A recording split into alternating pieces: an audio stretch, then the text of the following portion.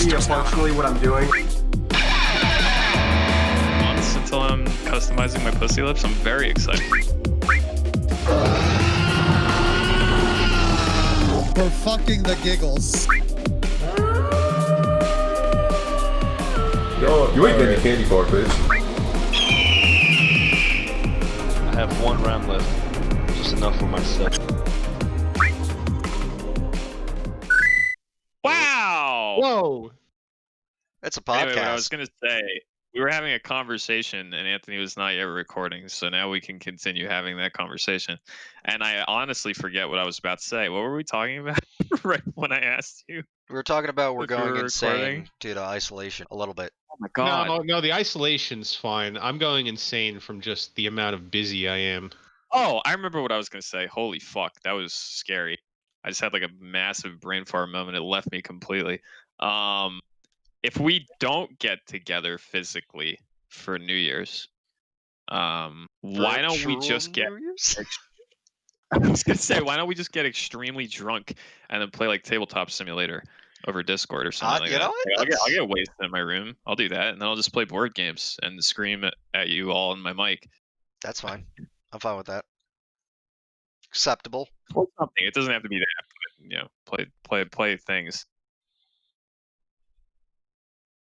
Dust off the Skype. Yeah, it's an option. I don't know how I feel about just like sitting in my room getting hammered. I've done it. I've done it without friends. I have not. It's very easy. It's what happens. You get your drinks and you bring them to your room. I understand the logistics of it. I feel like if I was to get drunk, there would be a moment of the night where I would just stop, look around my empty room, and then just get emotionally sad and depressed. That happens. That happens sometimes. And then, depending on how drunk I am, I try to throw myself through my monitor to be with you. Not every time. So you know, I gotta get. And here's another thing, Richie, is I don't care. I would accept death's sweet embrace. So if it comes to that, just give me a buzz and I'll drunkenly drive up to you, and we will embrace and then both die. Soberly drive. And then get drunk. Shut up. Soberly drive. For the purposes of the recording that's happening right now. Oh yes. Soberly. Yeah. Sober I was talking fashion, you will drive about with me. drunk driving in Minecraft. I don't know. If I was coming to you in real life, Oh my I would God. definitely. Let's all get drive. wasted in Minecraft. Oh, God, dude. dude. Get the 1, capture I don't cards. have Minecraft. 2, I hate Minecraft. 3, I'm gonna get really racial if I play Minecraft drunk. What? Why? What? Because all right, there's context behind that. Fine, man. There's context behind that, and the context behind that is because I only ever played Minecraft once, and the only thing I cared to do at the time was a Nazi death camp. Oh, All right, well, so it's like real that's, life.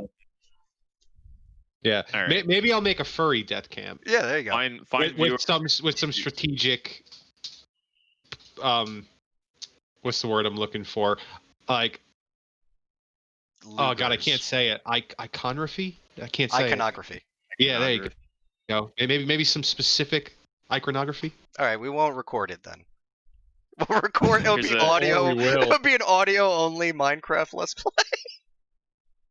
It's one of those things people go back when we're like super huge 3 years from now, and they dig up the audio clip of Richie saying he made a Nazi death camp in Minecraft. That's fine. Never It's Minecraft. Twitch partnership and all Imagine I kinds of run stuff. Imagine like 40 years down the line, I run for president, and then all of a sudden, like a reporter gets up and plays this podcast, or I'm talking about He made Nazi death Auschwitz in camps. Minecraft. Fuck.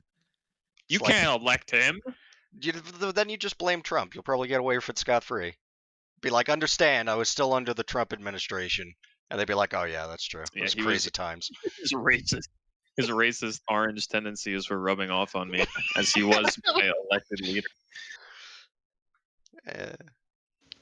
We don't have a lot of news. We're going to be rambling a lot about shit. Oh, yeah, that's gonna be a ramble cat. And the news that I did post, to be frank, I don't even really care that much about. It Yeah. was basically Cyberpunk trailers, and there's not much to talk about. And this was a slow week. That's fine. I think we're I have pretty things I good can ramblers. talk about in week? Oh yeah, yeah, dude, no, yeah, I had a we can rip. crazy week. You had a crazy week? I did. What was crazy about it? Well, okay, let me rephrase. I had a pretty standard week of kind of like last week. I just watched a bunch of mecha anime, and I will talk to you about those. But like, I want to say an hour ago, the craziest thing in my life happened to me. So Oh, that better was not be pretty overselling fun. it. No, 'cause okay, now I'm excited. all right. So what happened is, where the place where I work, we're thinking of moving, because the rent is way too goddamn high, and there's some Rent too damn high. some friction, there's some friction with the landlords and stuff like that too. They moved like 3 other businesses in our space, but they're still charging the same amount. So it's this little feud is a brewing, and they're offering like us a different place on a different floor, but in the same building that's smaller and thus cheaper. Um, so I go there to look at it, basically take pictures, report. It's fine. And I'm just talking with them, and it's no big deal. And then I see behind them in this office building, it's just a bird just hopping along the ground. It's just a goddamn, there's just a bird in the building. And it didn't come from the direction we came from. We have no idea how it got in there. But then what ensued was a Scooby-Doo-esque chase through an office building of me and the 2 landlords. And the one guy was terrified of birds. So even though it was a tiny bird, it was like a little finch. Anytime it went next to him, he would just scream like at the top of his lungs like a girl and just like dive and cower away. It was amazing. And and so we're trying to corral it. It's like heading towards the door, suddenly veers right and goes into an office, and I'm like, I got it. And I go in there and I close the office door, and I'm just fighting with the bird for like 10 minutes. I snatch it out of the air with my bare goddamn hands and I throw it out the window. It was. And then I also took some pictures of the floor space to send to my boss. But it was very wild, and Bird debacle. it was nuts. It sounds almost fake when I think about it, just speaking it back, and it was exciting. Anyway, mech anime, something not exciting. I watched a couple of series. I watched Obsolete, which is it was weird. It was actually done. It was a YouTube exclusive. There's like a big. That was when YouTube, like Red and Prime, started taking off, and they were like, "We got an exclusive anime from some people who are good at anime, and it's a mecha one." And I remember watching it at the time and not being impressed. So I sat down and watched the whole thing, and I'm not really impressed. Uh, it kind of sucked. It's really boring. Uh, it feels like they took the introductory episode and stretched it out to 8 episodes and then forgot to do the rest of the series because they're like, here's an action scene and we're going to pretend it's all like tactical and real, but for some reason 2 people can hold their own against an entire platoon by themselves. Oh, and the platoon has mortar support and what's a better firing angle. But no, it's fine. And then they start going into the squad, like each episode is like one dude in the squad and like how he was introduced. And then it ends because they finish the guys in the squad. So there was actually no story. And the only good parts I could say about it are 2 things. Is one, it's a CG anime. And I don't know if you guys have watched any CG animes. They tend to reuse models a fucking lot. But this one, they had the, I guess the budget, because they didn't hire any writers, clearly, to, even though, like, it's a mech thing and it's like a vehicle, you think they would mass produce it, but every single episode, they looked very different. Yeah, each episode had, like, multiple different models, and they could have saved money by just copy printing it, but they didn't. So I'll give them kudos on that. And then the other thing that was interesting was the world building was very bare, but it was very interesting. Where it's basically the reason we got mechs is, imagine if like First Contact with aliens, instead of like Star Trek kind of like diplomatic thing, that we didn't meet like a diplomatic species, we didn't meet like a species that was like locusts wanting to eat the planets, but we just met aliens that happened to be like shady gun dealers, because they just basically show up and they literally refer to themselves, I think, as the peddlers or something like that, and they're like, hey, give us a ton of limestone and we'll just give you a mech. And they even have like a moment to say like, yeah, these things are way more advanced than anything on this planet, might even have been biological at a time, and it's nicked to shit and scratched and clearly at like the end of its lifespan, but it's still like way better than anything we have. So they were just like pawning off shitty surplus AKs essentially to us, and it led to world upheaval. And I thought that was really, really cool. Everything else about the show sucked. Don't watch it. What a glowing review. Then I watched Levius, which Levius is a Netflix exclusive anime that's also all CG, and it was done well. It was literally just Megalobox again, where it's like, hey, let's have a boxing thing. Can they just be boxers? No. We're in Victorian steampunk era, and they're steampunk boxing. And it was very good. Had some neat little twists here and there. I liked all the characters. They had good personalities. Animation was decent. Fights were probably better than Megalobox. I think I just like boxing animes. This is the third boxing anime I've seen. Hajime no Ippo, I've seen Megalobox, and I've seen this. And I've really enjoyed all of them, so I don't know. Maybe I'm just into that. Not much else to say. Watch it. It's on Netflix. The last two that I saw was Gargantia on the Verdurous Planet, which is a very ridiculous title, but that was good. It's about Sounds a little ridiculous. It's about a space soldier man fights space squids, ends up on Earth because of wormhole shenanigans, and him trying to get along with a planet Earth that is chill with squids. Well, he hates squids, and so it's like a pacifist society, and he literally only I think he literally has never left his cockpit and been murdering the entire time. So it's very neat. Again, I like the characters in it.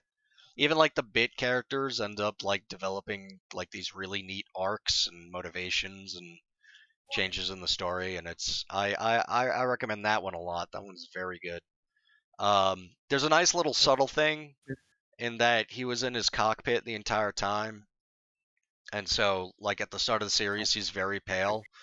And they're kind of like, it's kind of like a ship-borne society. There's not really many land masses. So then he's just out on the sun, and every single episode he gets a little more tan. And that's a nice little subtle thing for them that they didn't have to do. Attention to detail. Yeah. And then the last thing I saw was a very famous mecha anime movie called The 5-Star Stories that I've been meaning to watch forever, just to get that like feather under my hat, as it were. All I'm really missing is I still have to watch Double Zeta, and there's probably some other famous mecha stuff. Oh, like Fang of the Sung Dongram. Things like that I still have to watch. I'm working out my repertoire and be a true mecha man. True Yeah. Robo Weeb. Yeah, 5-Star Stories made no fucking sense. Holy shit. I had to do a lot of supplemental reading after watching that movie to even make like a quarter of sense of it. It was really good afterwards, but do not be like me and just fucking watch the movie, because you will not understand anything. Because I did not understand anything.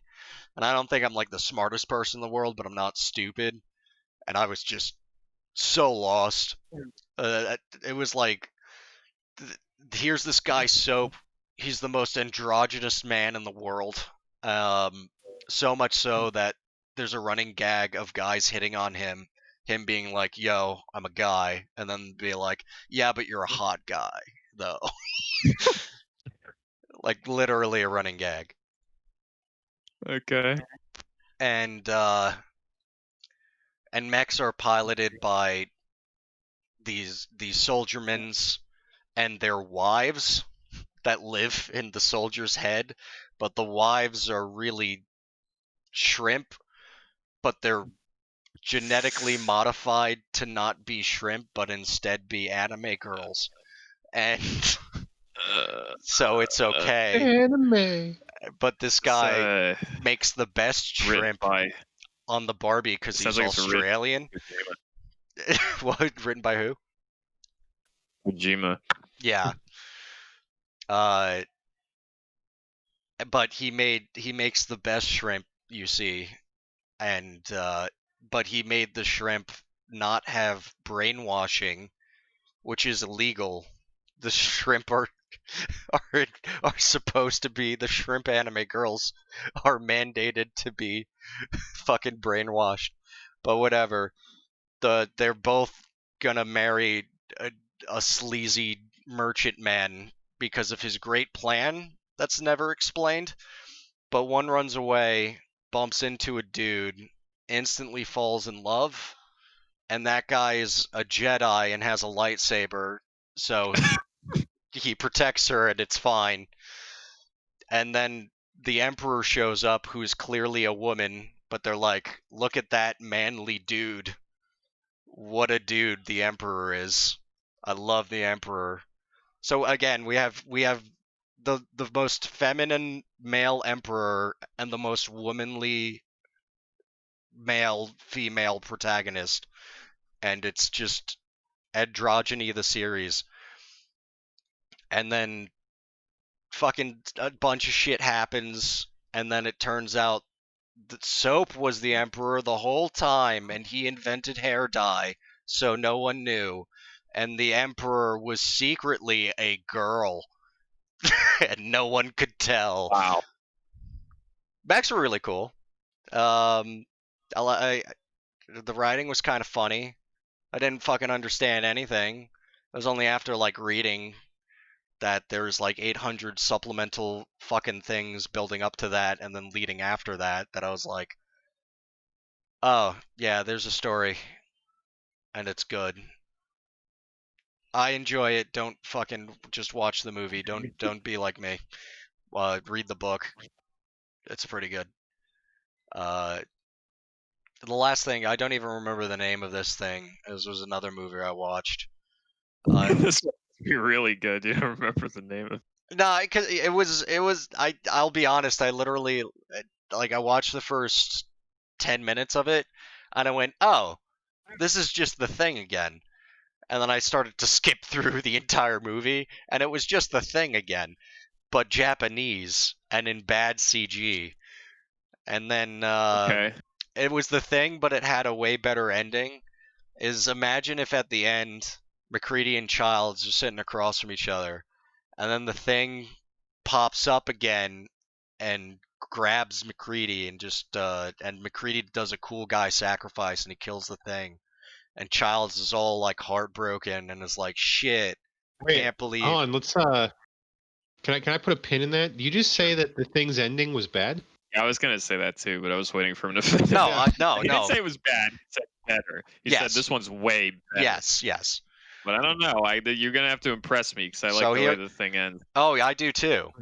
That's why I was impressed by this, and it was worth me skipping the entire movie just to go to the ending. But anyway, so the thing comes back. McCready does a cool guy. Just imagine this: McCready does a cool guy sacrifice, and Child's there, all fucking heartbroken, like shit. I'm the only survivor. And then he like opens a door and he finds his own corpse. And then he goes, "Oh shit, am I the thing?" And then it ends. And I thought that was cool. I thought it was well done. I'm gonna, That's I'm gonna, interesting, I I'm gonna guess. stick with the original thing ending. That's cooler. Yeah, Just my premise opinion. with the premise of the original thing, that ending wouldn't really make a lot of sense because there wouldn't be a confusion. You know Yeah, what I mean? well, and that's what was interesting about it to me, where it's like it wasn't like a hive mind. It's like they seemed to have their own kind of sentience, even though they were like things. I don't know. It was a neat thing. Why would it be confused though? Like if he Exactly. were the thing, you know what I mean? Like why would he walk in the room and go, "Wait, am I the thing?" But he should know that he's the thing. Right, Do exactly. things not have memories of when they killed the man and then became the thing? I In guess this Japanese rendition. in this Japanese one, I guess they didn't, because all the other ones seemed to know what Right. the fuck was going on. They were immediately. There's even one of them that was like, I'm a kill I don't know. this character," but it didn't happen. So. Sounds like a weird little plot device for a cool ending. I don't know. But I I thought don't it know was, how I the feel about ending that. was cool though. It was cool. I don't know, Anything dude. that makes you question your own humanity at the end, it gets a couple cool points in my book. Yeah, I The don't know, rest of the though. movie was very forgettable. It was just the thing. You know what's better than watching this? Just watch the thing, then track down whatever fucking movie this was because I don't remember the name, and then watch the last 5 minutes of it and ponder. Go watch this movie. I can't tell you what it's called, but you should go figure it out. It was a And, stupid anime watch it. movie title. It was like After Effects Adobe. I don't know what the fuck it was Hajime no called. Fu. That was my week. I watched mega anime. For Arcana Heart Thing Max. Yes, Love Child. Doki Doki Thing Club. Accent Core. Boku no the Thing. That was my week. What a week. I had a week. Nice. Oh, real quick. Did your fucking butt explode? What? Oh, from the salmonella? Yeah. And Yeah. clearly I'm still alive. I guess everything's fine. Salmonella doesn't kill everyone. Can kill you. No, it doesn't. You gotta I be just strong found out. enough I to just fight found it. out my sister got E. coli somehow. And Nice. It has destroyed her ass. Yikes. So she's okay. She's on Well, that's medication. good. She's just complaining Well, I can about officially say her poop status. that I don't have the salmonella and my ass is fully intact. So that's 2 thumbs up for me. No law. Unfortunate though, because no lawsuit against the McDonald's for giving me salmonella or anything like that. You know.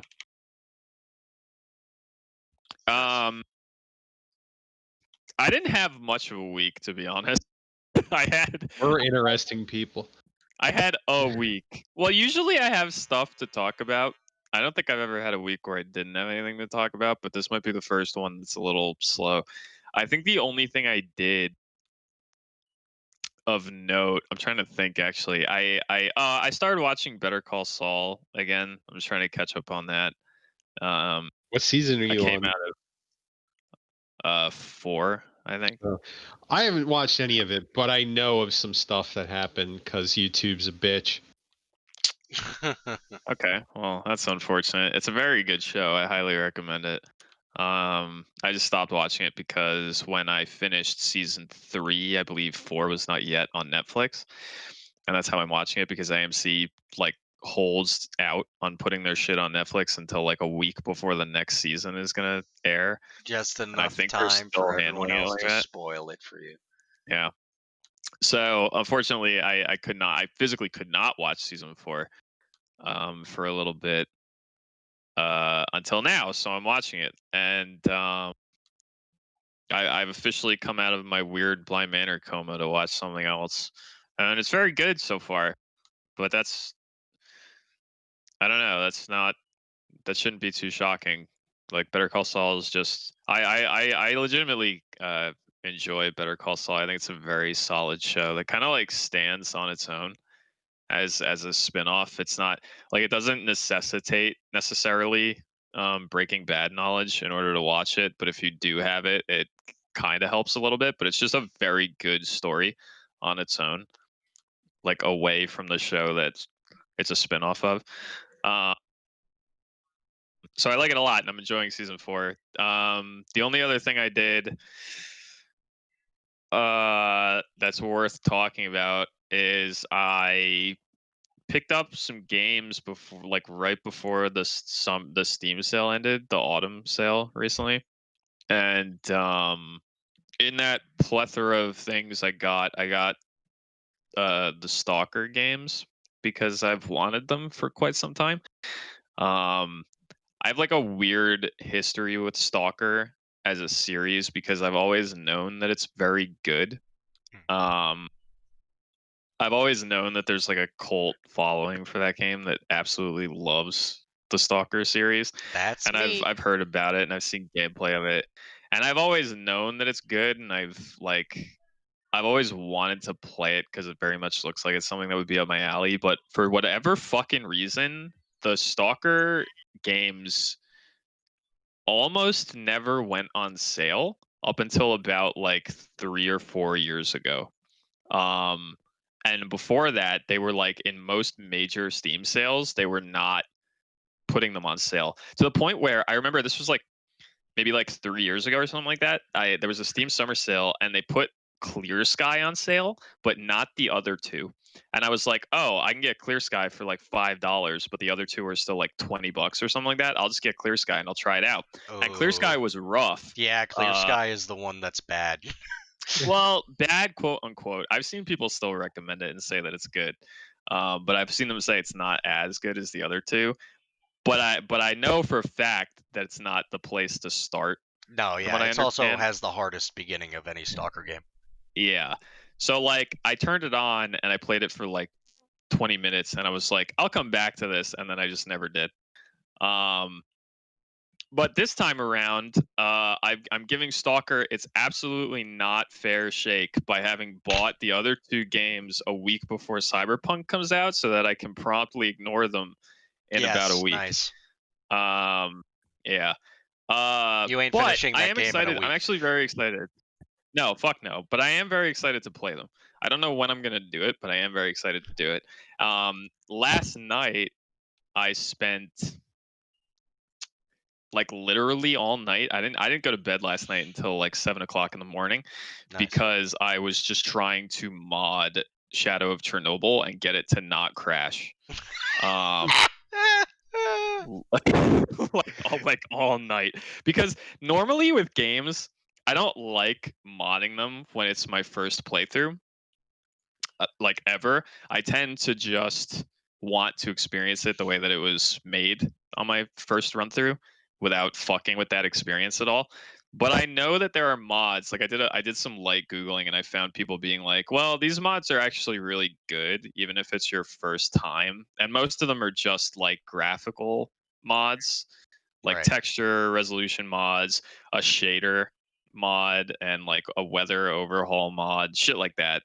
So I don't have a problem with doing my first playthrough with those on, and then I'm running like Zone Reclamation Project, which is basically just a massive bug fix mod for Shadow of Chernobyl, which, as I understand, is not necessary but welcomed because the game crashes a lot and has a lot of bugs associated with it, from what I understand. You are not wrong. But that took some doing to get those mods up and running. I had to do some fucking work. Getting files in that bitch because there ain't no mod manager for Stalker and there ain't no Steam Workshop, and it's just getting things in there, and then when you load the game and it crashes, going, I wonder which mod's causing that, and then troubleshooting that for like 3 hours. And then it turns mod out it by was mod. none of the mods. It's just X-Ray Engine. It's just X-Ray Engine. No, my problems were caused by a mod. Actually, no. No, there was a crash that was completely just the game's fault.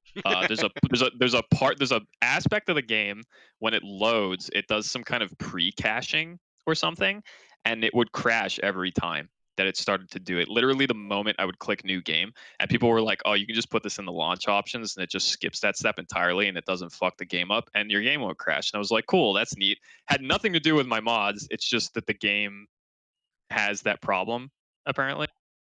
Um, and then weather overhaul was making my game crash a little bit, but I figured it out. And now the game runs, and I have all the mods installed. And it honestly, when I booted Shadow of Chernobyl the first time, I didn't have any mods installed, like any of the graphics mods, and that game doesn't look terrible, even for its age, with like no graphical like overhaul mods of any kind running. It doesn't look bad. It's exactly. It has really good lighting and great atmosphere, and Yes, that carries it the rest of the way. the lighting is very good, and honestly, like I don't mind the way that it looks that much, and the lighting does help. But yeah, I got all the mods running, and I'm feeling good about it, and I'm kind of excited to play it. But as I said, the deck is kind of stacked against it because I got Cyberpunk in a week, and I got this fucking Warhammer DLC coming out tomorrow, which I don't know how much of that I'll play. Maybe I'll divide time between that and Stalker. But when Cyberpunk comes out, unfortunately, I'm in this weird place where I'm like, when I start playing, because I've heard so much about Stalker, right? And it looks like it's very much up my alley. I love like slow burn, like atmospheric kind of games like that. I like a game that's kind of spooky, but not because it's necessarily attempting to spook me, but it just sets a tone. You know what I mean? That's a little spooky at times and shit like that. And so Stalker looks like it's very much my kind of game. So when I play it, I want to just like play it. You know what I mean? So I'm in this weird place where I'm like, I have all these mods installed, but I'm like, maybe I shouldn't even fuck with it. Like maybe I should just let it sit in my Steam library until Cyberpunk comes and goes, and then I'll launch it like down the line. I would say You know fuck what I with mean? it. You don't have to, because the whole thing is like the atmosphere and the feel the game gives you. It gives you that pretty quickly. So even if you don't like say complete the game, so long as you get like, oh, this is what people talk about, then that I think that would be good enough. Plus, there's always the grim possibility that Cyberpunk sucks, and then you just go back to Stalker. Yeah, I doubt that will happen, but sure, it could. Still, I would like to like when I play Stalker, I would like to dive into it and give it my complete like focused attention from beginning to end, which I know that I won't do if I start it now, and I probably won't finish it in a week. Um, so I'm thinking about just letting it sit until after Cyberpunk, which hurts because like I want to play it, but I'd rather not bounce between Cyberpunk and Stalker. I would like to just focus on it. So I don't know. I may wind up not playing it for a little bit until I'm done with Cyberpunk, which who knows when the fuck that'll be, because I have no idea how many hours that game will take me to complete based on what we've heard about it. So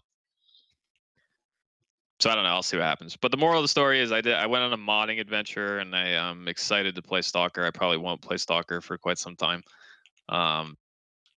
But I'm excited about it. And that was pretty much my week. I watched Better Call Saul, I modded Stalker, and then I didn't do anything else of note. I played very few games this week, actually. Just a lot of Apex.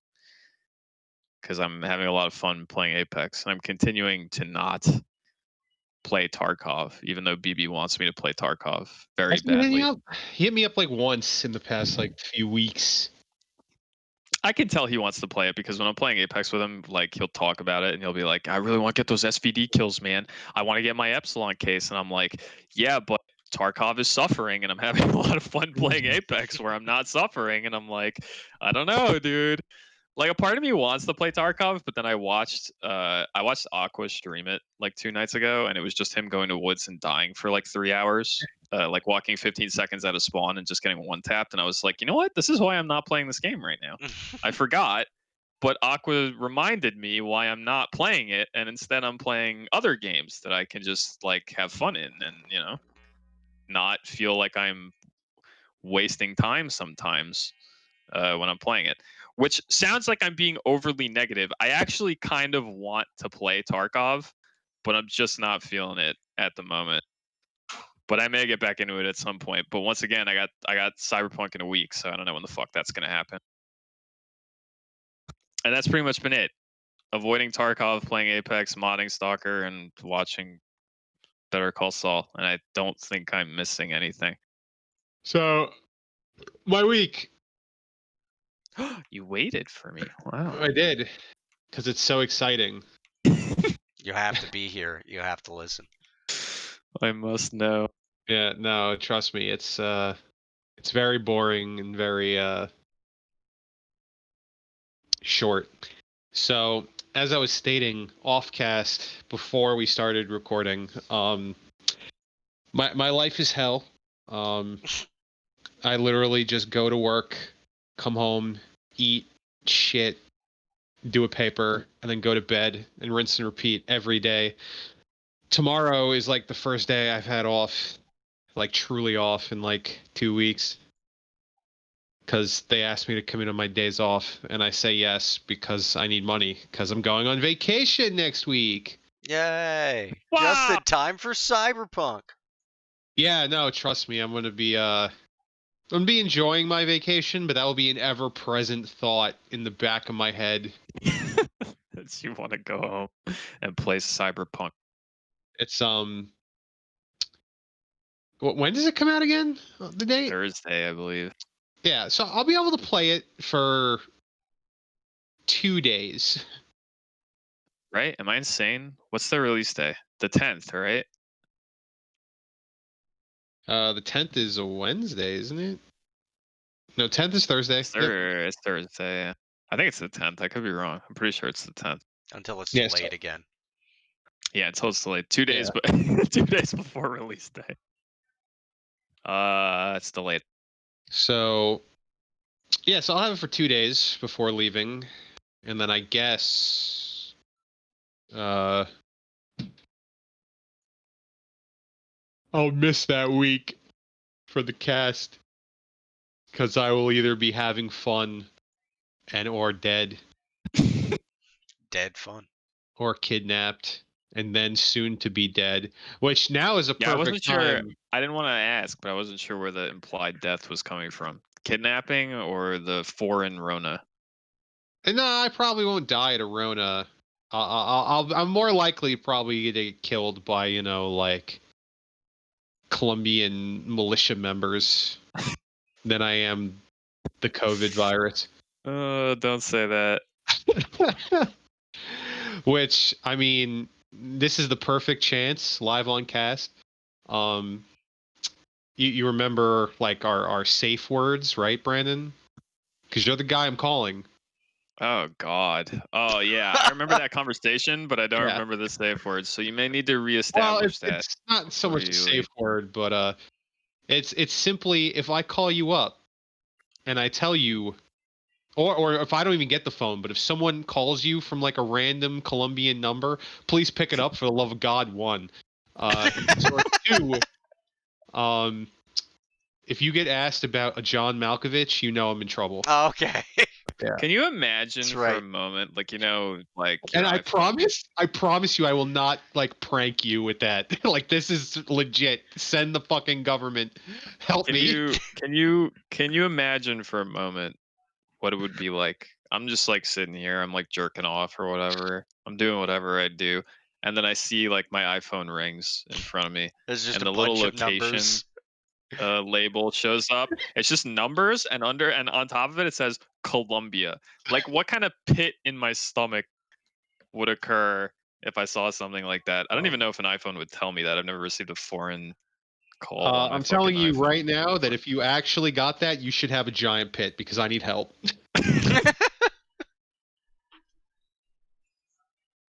Is like Brandon your speed dial contact? Why would they be calling him? I don't know because I had the conversation with him, so now he's the guy. Yeah, but what if they don't They call know. me? What if they call Well, Anthony? I'm Or gonna what if tell they them to call call fucking? you. Okay. Oh, yeah. What if they don't give a fuck? What if they just go through your phone and they look for one? They see like mom in your contacts definitely- list. And they No, call because that all instead. right. So the way I don't just get instantly put in the barrel and lit in fire is I tell them my name is John Malkovich. and Maybe you've heard of me. I do the drugs and I have all a that. And I got very contacts. popular podcast in Yeah. the States. and I can I'm I can get loaded. the money. I have so much ad revenue. Yeah. Don't kill me.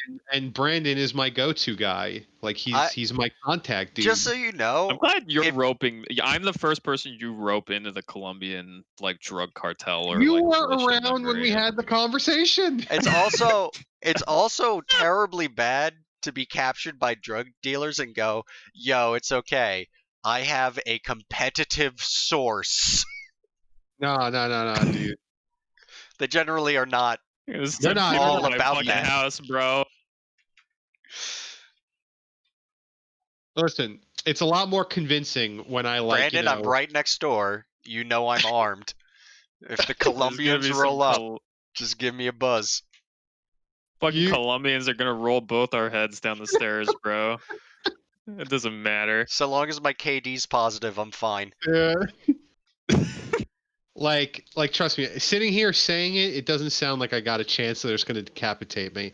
But like trust me, when they're threatening to slice my throat, the wall drops and I go into like post-apocalypse Rich. No. So it's they'll believe me. I'm a crazy motherfucker.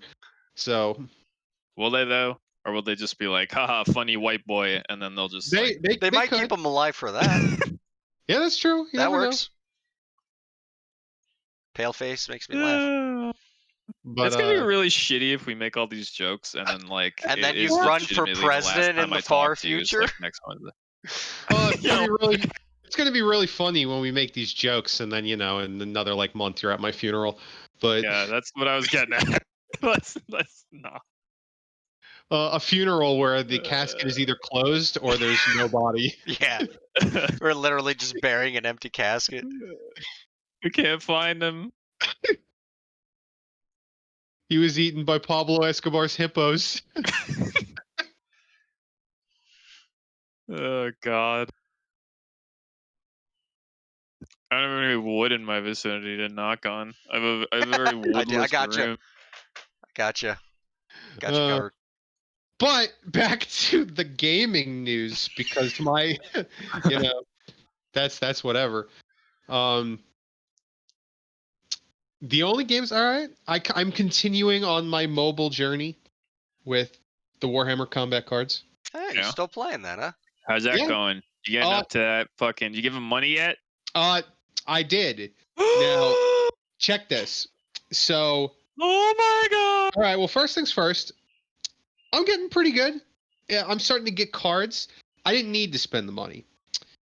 I feel like I'm actually progressing in this game in a way where I would never have to spend money. I gave them a total of $4 because they had a Cybernetica Monday deal, Ooh. which was $4, and you got some like in-game currency, you got some gold, and you got like a bunch of a bunch of one specific card, so you can upgrade it a few levels. That's pretty cool. And I'm like, you know what? Like $4, $3.99. Yeah, whatever. That card's cool. So, yeah. So I'm $4 deep into this game. How dare you give them a whole $4? Has your gains increased dramatically from those $4? I mean, the card's good. I use it in like my guard deck. Guard card. Yeah, it was a Mechanicus card, which Mechanicus is kind of rolled into. So the way the factions work is like you have like Eldar, like the Eldari is just Eldar and Dark Eldar, and the whatever the fucking Yavari or whatever they have now. And like Space Marines is like all the Space Marine chapters. Chaos is like all the Chaos fucking legions. And like they're called servants of the Emperor. That's your guard, your Mechanicus, and like your sisters and Custodes and all that shit. Yeah, so it was like a big Mechanicus robot. It's pretty cool. It's pretty good too for its cost. Yeah, but I repeat. Although again, game is pay to winny. I'm progressing at a level that is pretty. It's good. It's slow. It's a grind getting the like levels, but I'm starting to work my way up the ladder in ranked with the cards I'm getting. And I'm getting there. I'm pretty. Where am I on? I'm on like 1, 2, 3, 4, 5. I'm almost on the 6th ladder of their ranked, and there's 10. So that's not bad for being level 27 out of like 70 or whatever. All it took was $4. All it took. And then they got like clans in this game, which clans. I could just be like in a shit Wow. clan, which probably is just because it's a public clan that like doesn't actually like care who you are, and there's actually more people in our clan that actually like don't play this game than there are that do. But I'm like number like 5, man. Wow, dude. But there are more people in the clan that don't play. Yeah, I mean there's a there are total of people who 50 play. people. It's like a Dota guild. Oh, it's a Dota guild. Okay, yeah. So that's like how I was at the top of our Dota guild for a while because most of our people don't do contract. Just think, you paid $4, you're number 5. If you paid Think of all that Dota money. $0, you'd be number 1. That's math. How would he be number 1 with $0? It's math. It's math, bitch. Okay. Another thing in gaming I did was, I don't think I talked about it on the cast last week, but I'm starting to dab into Dragon Age Origins again. I think you did talk about that. Last week you talked about the mods. Did I talk about how I mastered it? You mastered the mods? No? Maybe? Oh, well, I figured it out. Figure what out? How to mod the game. Oh. Oh, okay. yeah, you were talking about that. I thought you talked about that Yeah. too. Maybe. Did I? All right, well then. Well, I did that. That's how uneventful your life is. Yeah. Well, I mean, the weeks just kind of run together. No, I feel that. When was the exact moment we became old, I wonder? For a while. Yeah. I know. It's bit. been for a bit. It seems like it's accelerating, you know? Like it's a snowball at the top of the hill. Because like first we're talking about bills and shit, and then like health problems, and now like vacations and shit, and then it's like I mean, like Brandon's older than me, but I'm staring at like 3-0 approaching me soon, and it's like I need to stop. It won't. But you can't stop. I'm that big 3-1 baby. I can stop. Well, yeah, that's true. You can stop. true. But you know, it also might be forced upon me in the next like 2 weeks. So. Someone might make you stop in a It's barrel. either if you convince all the Colombians to subscribe to our channel, then you'll have to kill yourself. That's That'd be true. awesome. What if overnight all are like we get a fan base, but it's all like Colombian drug cartel people? Dude, I'd feel good. How would we have to change our content? Like, Not what at would we have all. to talk about Clearly instead? they like it. You know what that means, though? You know that any Patreon or ad bucks, that's blood money, baby. And I would be spending it. Yeah, I don't give a shit. Yeah, I'd probably spend it too. Hell yeah. But with a mild feeling of sadness, you know, as the bucks left my account for like whatever it is I buy. Oh man, they made him eat his own balls, huh? Cha-ching. Damn. That's fucking brutal. As I buy loads of games on Steam and fucking all kinds of shit. You throw out your 3080 to get a 3090. 2 of them. I throw it out with an SLI bridge. I light it on fire because I have blood money now, and I buy 2 3090s.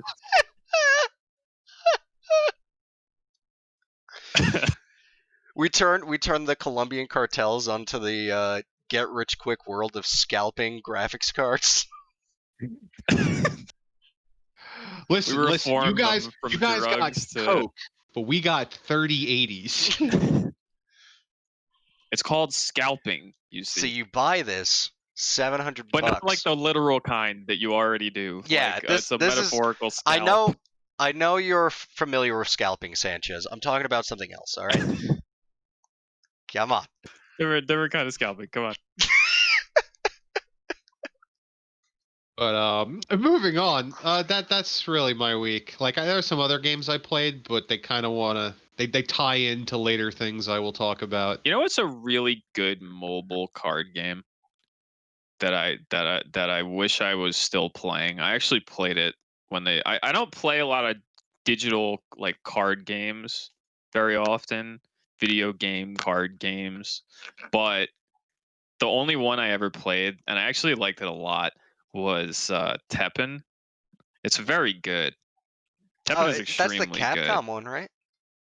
Yes, it's like a card game, but what if it was made by Capcom? So it's got a bit of like an action sort of flair to it, where it's like very fast paced. It's constant. Like there are no turns. It's like you're playing cards in the spots, and then they attack at a certain speed. There's like a bar that fills up, and then when it fills up completely, the card attacks. So you're like always playing. There's like a constant back and forth where it's like, all right, this guy's got a card that's like a creature card that's about to attack me, and right as the bar is going to fill up, I'm going to put a card there at the last second so he can't respond with like an action card to defend against the attack, and like you're just going back and forth at a constant pace, and it's all Capcom themed, so it's all like Capcom characters. It's like Monster Hunter monsters and shit of that nature, and it's very fun. I actually highly recommend it, and I was doing pretty well for having spent like nothing, and I actually got their like season 1. They had like a battle pass system essentially, and it was very inexpensive, and I got a lot of stuff from it as well. And they did the thing, I don't know if they still do it, but they did the thing where if you get the pass and then you like complete it, you get enough in-game currency to just buy the next one. So in theory you only have to give them $5 like once. And the game is fucking awesome. It's actually a really fun card game, and I kind of wish I never gave it up, because now I'm afraid to go back, you know, because like everyone's still been playing, That's and there's Old, been new outdated cards shit. and stuff. That's how I feel with Hearthstone. I really liked Hearthstone when it first came out, and I was really deep into it. And then I stopped. And then when I tried getting back into it, probably like last year, it was just my cards were now garbage, and everyone Yeah. was ahead of me. And honestly, if I didn't play like the special mode, they weren't even in like the standard rotation anymore. And it's like, wow. So I can't play this game anymore. Like that's how I felt. That's what I'm afraid of with Teppen, because I know that the new cards are good, and I know that the deck I played the most got nerfed, I'm pretty sure. So like now I know when I go in, I'll just be dog shit because my deck is nerfed and my cards are outdated. So like it sucks because I would like to play it, but I probably won't just because of that fear. But that's the element of power creep, I suppose, that is present in most games like that. Most games, period. Honestly, Even when they're very good. I have yet to really play a single game on my phone. I've only played like 2. I played that Fire Emblem fucking gotcha game for a while, which was fun, and I never gave them any money for it, so I just played it, and then I played Teppen. I think that's it.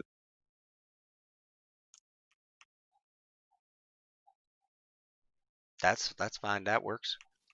I missed one element of my week, assuming that yours was over. Yeah, no, I'm pretty done. Okay, I missed one thing, which is fine because the news this week sucks anyway. So, I got a new monitor that's coming like next week, Nice. which is kind of exciting, or technically a TV. And I'm excited about it because it's just the same size as my current TV, so I'm really not changing anything in that regard. And I'll have a 120 hertz refresh rate, which I'm kind of excited about because I've never really played on a monitor with a higher refresh rate than 60 before.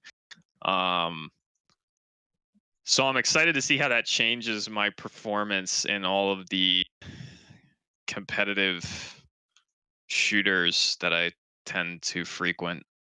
I actually imagine. I'm assuming I'll be shittier when I first get the TV because I will have to adjust to literally double the frame rate that I will be able to see and feel with my mouse movement. But I'm excited about it. And I get to play Cyberpunk in fucking 4K, assuming it doesn't light my PC on fire, which it probably won't. But you never know. I don't think it would.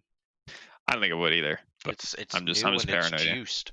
Cyberpunk is the test, right? Because like everything else I've been playing on my PC, to be completely honest, has not been that graphically intense. I think the biggest tests I've ran on my new PC have been like Monster Hunter, just because it was kind of a shit port of the expansion and it didn't run great, and then like Tarkov, because Tarkov's held together with like spit and super glue and runs like dog shit even on like really high end systems. I was watching Summit stream Tarkov today, and he was getting like 90 frames per second, which is good, but he should be getting more, like with his specs, you know? And it's like, that's just Tarkov. Like it runs like ass. So my computer handled that, and it handled Monster Hunter very well. So I assume I'll handle Cyberpunk, but like Cyberpunk's the big one. Cyberpunk's the one where it's like I look at the trailers and I'm like, it looks very nice, and I'm excited to see how my computer handles it at like 4K when I have this TV. So we'll see what happens. Godspeed. Well, that's the fucking end cap of my week. I'm so fucking excited for Cyberpunk, dude. I'm literally just like everything I do and play is just a fucking vehicle. It's like my life is a bus, and I'm just driving it to the Cyberpunk release date.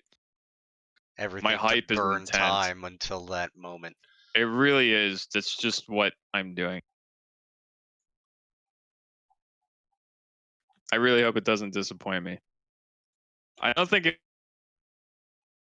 will, but I just hope it doesn't. We gotta update your line in the intro, Why? because it was like months till you're customizing your pussy lips. Now it's days. Oh, it's true. Yeah. Now it will be And a then week soon before it I'm will be customizing my pussy lips. soon it will be just be customizing my pussy lips. Yeah. I've already customized my pussy lip. We'd use any of these quotes. It's like, you know, those little countdown timers to like Christmas. How many days till Christmas? Which, by the way, it is December. It's December the 2nd. It's Can true. you believe it? No. Oh, I'm so excited for Christmas. I love Christmas. Christmas is it's one of my favorite holidays. I'm slowly dreading Christmas because it's like I haven't done any shopping yet, and it's like I do nothing but work. I do nothing but school, and then when my school and work are over, it's like I'm going away for a week, and then I come back on the 19th. So it's like cool. I have like 4 days to do my shopping. You should probably do your shopping online, like while you're on vacation. Just have it I was arrive. gonna say, why don't you just have some Have it shit shipped to arrive your when house? you do. Yeah, there's just some things maybe I didn't want to get online, but Too incriminating. yes. Ah. Like this dragon dildo for myself. My gift to myself. Very incriminating. I was debating getting you another apron, Brandon, for Christmas. Yeah. But it was just gonna be eye faces. But I was like, let me not do that. Yeah, that's an interesting one. I would use it though. I love how all of our gifts to Brandon are just like outfitting him in Making him more weeb weeb. apparel when Yeah. he himself is More- like couldn't give less of a shit. Well, yeah. Well, that's the joke, isn't it? That I'm like the hidden weeb because I hate anime, but I have a strange cyborg ninja fascination. Well, I think even you could drop the cyborg. You just like ninjas, and then you like cyberpunk I do. It's shit. just true. Any ninja that's not in Naruto, you're correct. You're not wrong. And then I do Okay, listen. I unironically think it's kind of hilarious, and I also don't mind that you just keep giving me swords every fucking year. It's kind of funny, and I kind of like it. I don't even know if we've ever said that on the podcast before, but every year Anthony just gives me swords. He gives This- them to me for my birthday. He gives them to me for Christmas. I have 3 of them now. This will be sword number 4. Yeah, from what I understand, there will soon be a 4th, and I really can't even think of what it is at this point, other than like maybe, God, I don't know. Other than maybe like, I know there's like Jetstream Sam replica fucking swords that I've seen, so maybe it's that, but I really have no clue what it could be. Good. Good. You will see soon enough. Very excited. I'm more excited for your joke gifts that you supposedly Oh, got I'm everybody. so hyped for that. You have no idea. I cannot wait for those to come in and then just give it to Correct me you if I'm guys. wrong. You said that you got the joke gift is the same thing for everybody. Correct. Isn't it?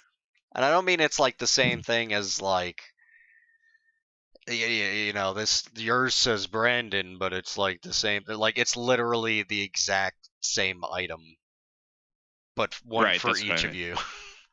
I really wonder what that could be. Oh, I'm so And when I excited. asked you if I could predict it, you were like, probably not. I think No, you said. yeah. You were like, you'd have to really think about it. Yeah, there was like I think I joke suggested it like 2 years ago, and now I've done it, so I'm very excited.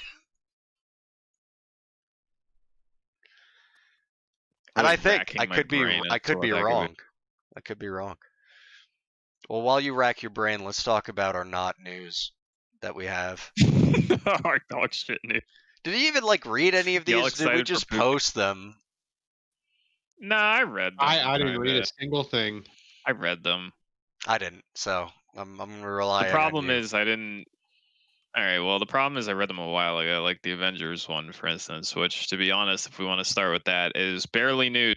But Right. oh fuck! I just closed my banger Oh by accident. no, your bangers. Hold on.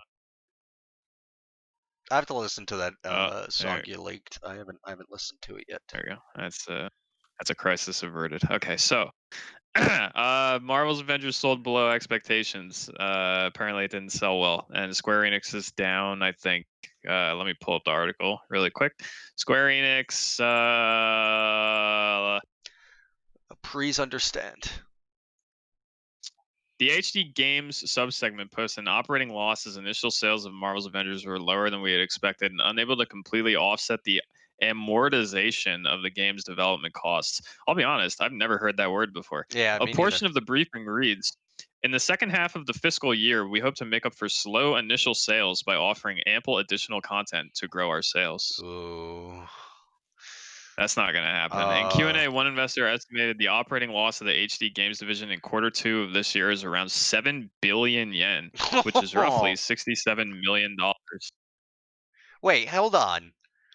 That's for this quarter, and it's their entire game division? The operating loss of the HD Games division in Q2 of this year is around 7 billion yen. So yeah, their HD Games division, which apparently they have a non-HD Games division. I don't know why that would be a signifier, but Probably in mobile. Q2, yeah, maybe you're probably right. But I'm In just Q2 thinking of this year, sorry, because I'm thinking, didn't Final Fantasy Remake come out within the time frame? yes, that was early this year, wasn't it? Yeah, I just I don't know if believe it it's was. quarter Or two. this year, something like that. Because that would be crazy if it was like so bad that the bank they made, because supposedly they made pretty good money on the Final Fantasy remake, was just like negated. Let me look it up. Yeah, no, that would be. Well, I guess this would be considered for this would be first quarter. Shit. It came out in March. So that was probably the distinction then. Yeah, I guess. But still, a loss of $67 million is pretty hefty A little on bit. this game, which I don't know. It's not. I don't know. It's like I said. This is like the reason why I jokingly say that this is barely news to me is it's like I didn't think this game was gonna sell fucking gangbusters in the first place. I haven't played it. I haven't been hands on with it. I haven't seen a lot from it, but I've heard things about it, and it's not shocking to me that it's just like I don't know, just kind of an uninspired, like we want to cash in on the MCU take on the Avengers beat 'em up style game. Like I don't know, it's not. I think they probably just assumed it would sell extremely well as a result of it being like an MCU cash in, and they were wrong. And at the same time, the mouse was bleeding him dry. It turns out you got to have a good game there, I suppose, and it's not enough to just be like, "Hey, Avengers are hot right now. Let's fucking put together some relatively uninspired shit based off this very hot property and then lose $67 million." Yeah, see, the thing is that works if you like do merchandising, but if you just release a game, it has to be a good game. If you're just selling like toys Yeah. on the side, yeah, you could shit out any sort of crap and you'll make money. Look at Star Wars. Immediate red flag. There were a couple of red flags for me with this game where it was like when it first got announced, I was like, oh, it looks kind of cool. Maybe I'd get this like if it goes on sale at some point or whatever. But like, I mean, like the Spider-Man thing was an obvious turnoff, but like I think the biggest red flag was when they've started showing off a lot of gameplay. And for me personally, not that like I saw anyone else say this, this was just like my take from seeing their gameplay trailers and shit. It didn't look great. It looked very like flat and just like not a lot of impact and like not a particularly interesting looking game to play. So like and then the fact that all the characters were clearly just like budget versions of the actors that play these characters in the MCU in terms of their design where it's like, well, they can't look exactly like them because we ain't got those rights. But we're gonna try to do something really similar that's still legally distinct, and then they just come off as like these watered down versions of the characters from the MCU, and it's just like everything about it reeked of we just think this will sell because it's an MCU thing. And then it didn't. So whatever, I'm not shocked. Yeah, I don't think anyone is. There could be some people that are shocked, but I mean, I actually think this game will bounce back at any point with like content post launch because I'm of the opinion that it will not. I don't think we're going to be reading an article a year from now that's like Square Enix made back at $67 million off DLC sales for fucking. I don't know.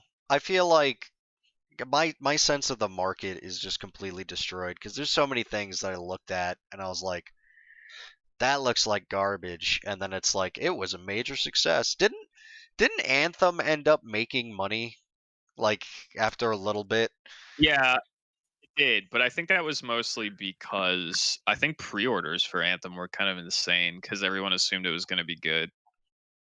I think I'm sort of talking out of my ass, but I feel like I remember reading that it sold very well, like very close to launch before people recognized the trash fire that it was, and that Yeah. clearly I don't think was the case with this game. My fucking microphone is being a real bastard. Anyway, Well, as you the- were having microphone issues, I'm trying to fiendishly Google Anthem sales figures. it's okay. I could cut out fucking whatever. This is the don't give a fuck version of the podcast. Oh, we haven't mentioned it, I don't but know. I like mean, I seen Robbie's dead. We should probably say that. Till further notice. He'll be back. He's gone. Yeah, they always come back.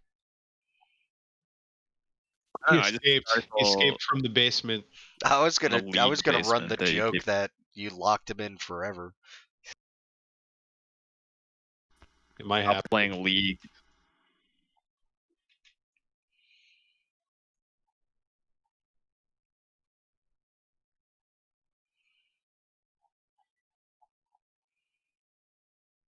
I'm having trouble figuring out if Anthem made money. I just see that it didn't meet sales expectations. I see an article saying that because I forgot that Anthem came out around the same time as Apex Legends when they just mysteriously dropped Apex randomly with literally zero promotion, and it was like, oh, it's out now, and everyone was like, what?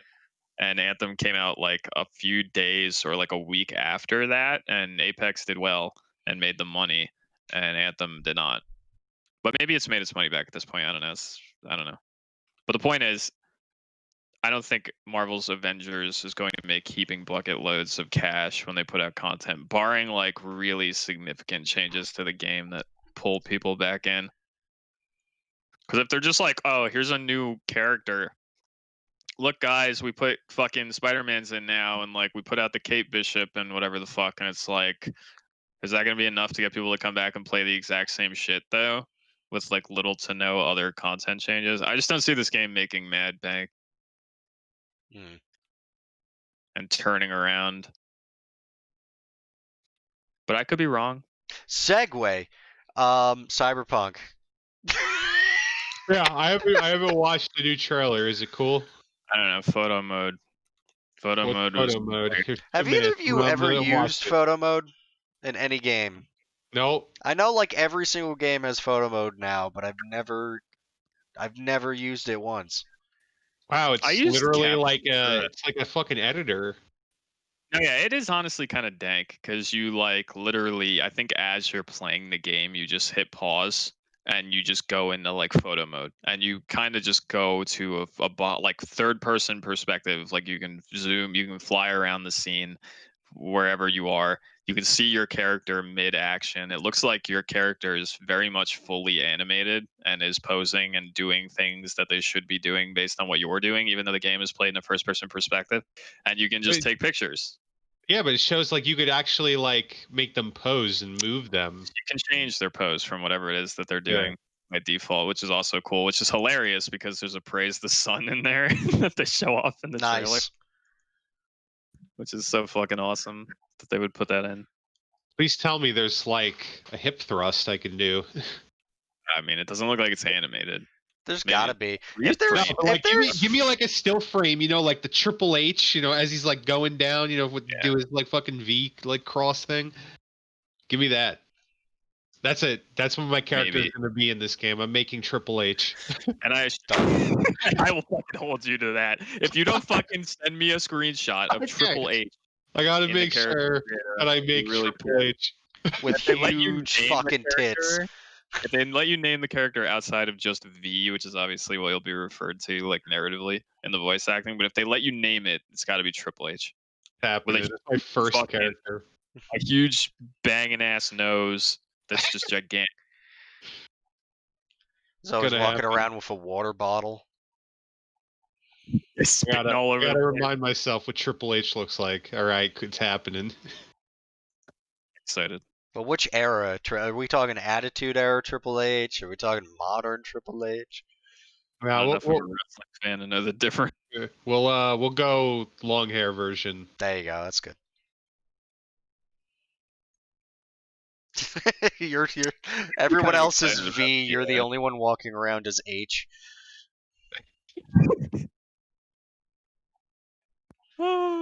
Sorry, I cut If you only off. that. If only that was like the one. If only that was the one thing they let you actually change, like in the voice acting. Like you could be like, it's like single letter. Yeah. Like they recorded every line. It's like more than just V. Like you could be B or whatever, and then one was H. You could be Triple H. Unfortunate that that's not an option. DLC. I don't even remember what I was gonna. I lost it. It's probably like finally pre-order Cyberpunk. I haven't done that yet. Yeah, I haven't done that either. I don't even think. Are there pre-order bonuses? I don't even think there are.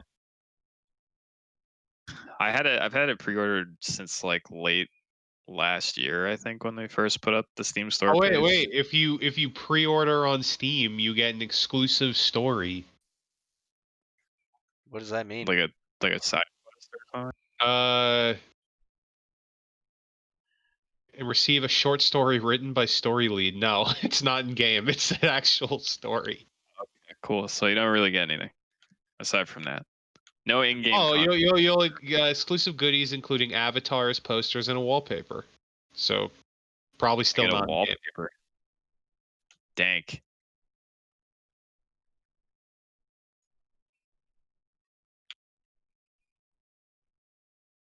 I actually think the photo mode is pretty neat. It's a very like mild thing to be excited about, but it's cool. I like that it's there.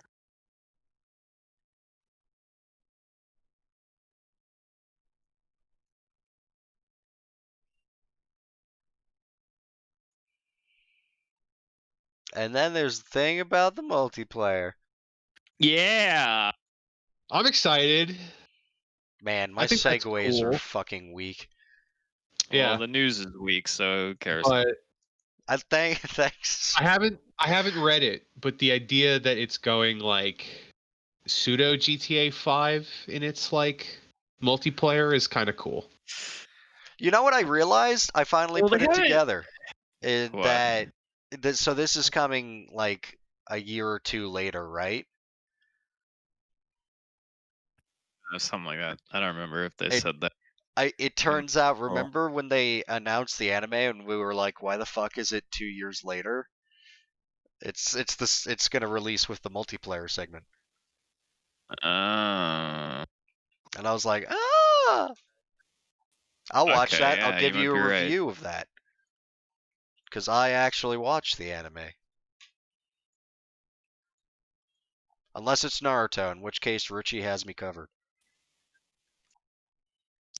I Jesus Christ, expected to release in 2022 the soonest. yeah. I'm not like extremely hype for this until I know more about it, which I think is pretty much what I said last time we talked about it. But it's interesting that they're like, nah, dude, don't call it a mode. It sounds like from the way they're talking about it, this isn't gonna be.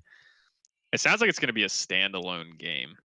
That'd they- be interesting. I That's a just nice wanna way to make have- a shit ton of extra money. I want my avatar to be walking around with your avatar, and then we go to the virtual tit club together. You know, like I Oh, want yeah. that to be. Can we make What about that my pact? avatar? Motherfucker, Fuck what you. the You're fuck? not, you're not invited. Yeah, Going you're to- not invited to virtual tit Well, I club. I guess invited you. You're the guess who's nerd of fucking Cyberpunk bombing the universe. virtual tit club while you're there?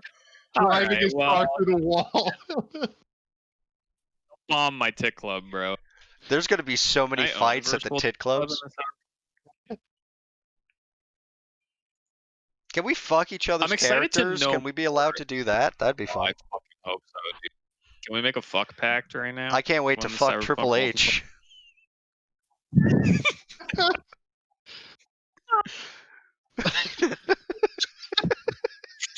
It'll be even better in the multiplayer when you can actually name him Triple H and be walking around as Triple H. You see, you're listening to walking down the street in Cyberpunk 2077 online, and then like you're just like hanging, and you see other people's characters walking past you, and you turn to your left, and you're like, "Is that fucking Triple H?"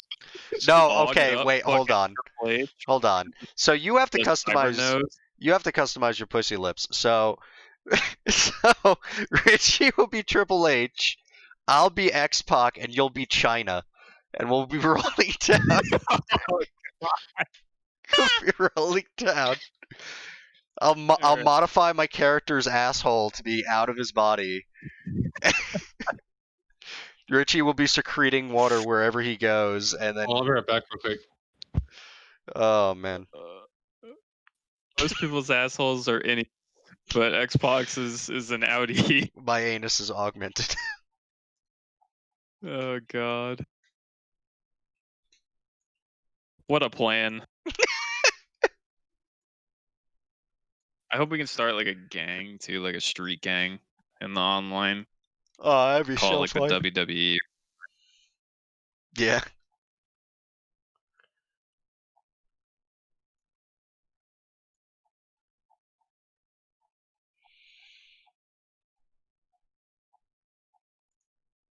Oh god, what was the fucking I'm trying to remember. I'm brain farting so hard. What was that dude's oh my god. Hold on, no. You gotta feed me something if I could potentially No. feed you. I anything. gotta think. I gotta think. I'm having the biggest brain fart known to man. Help me. The guy that owns I the can't help WWE. you. Vince McMahon. What's his name? The dude. Vince. Yeah, Vince thank you. McMahon. Holy fuck. My brain today. I'm just like losing everything. Yeah, Vince McMahon. I'm gonna play Vince McMahon in the online. Vince McMahon, please do. Yeah. I'll be Just- Vince McMahon. If you could modify your animations just so you gorilla walk fucking everywhere. It was Austin. I hope it was has like me the proximity whole voice. time. Yellow people. I can't wait to be walking in the Cyberpunk multiplayer future and just like turning my head and seeing Donald Trump. Yeah, that's gonna happen. That's definitely gonna happen. It was me, Austin. I wanna know how crazy their character creator is actually gonna be, cause like I'll make Charles Manson. Oh, okay. Imagine it'll be something along the lines of what we're gonna get in the base like single player game that we're about to have in a week. It'll probably just be a skew of that. You make your online character. It's literally like impossible to like. I just want to know more about what the actual multiplayer is going to be because it's borderline impossible for me to build too much hype and excitement for it until I know what I'm doing in the game. If it's literally like GTA Online but just Cyberpunk, that would be kind of cool. As long as it doesn't have like a gross fucking monetization system. Apparently, I skimmed the article. It said they want to have transactions that make the players feel like they're getting a fair trade for their money. That's very vague. Yeah, I've only heard that every single time. Not only is that typical corporate speak, it's also vague enough that he didn't say if that means they're cosmetic or if it means that they'll affect gameplay. Like he didn't really Yeah. specify. Yeah. So that's frightening. But I'm still interested in it. I want to know more about it. And for the time being, I'll forget that it's even coming and I'll just play the game that I've been waiting for. Yeah, we'll be playing it. Maybe even be a little bored of it by the time it comes out. And then we'll get to see. See, here's the thing. It's like in the single player, I'm not really interested in playing a hacker. Online, I would love to just fuck with other players as a hacker. The hacking stuff, I mean, like, once again, who knows what they're actually going to let you do in the multiplayer or what it's even going to be. But the hacking stuff in the single player does look kind of neat. I'm all down for that shit, dude. I love their concepts of the fucking Matrix and all that shit that I've seen. The stuff they let you do, like just from the trailers, which we haven't seen a lot of it, but like when he like uses his elite hacking skills to like overheat that dude's cybernetics and shit like that, and just the things like that that we've seen. I mean, are really like interesting. a hacker in a cyberpunk world is like as close you get to being a fucking mage.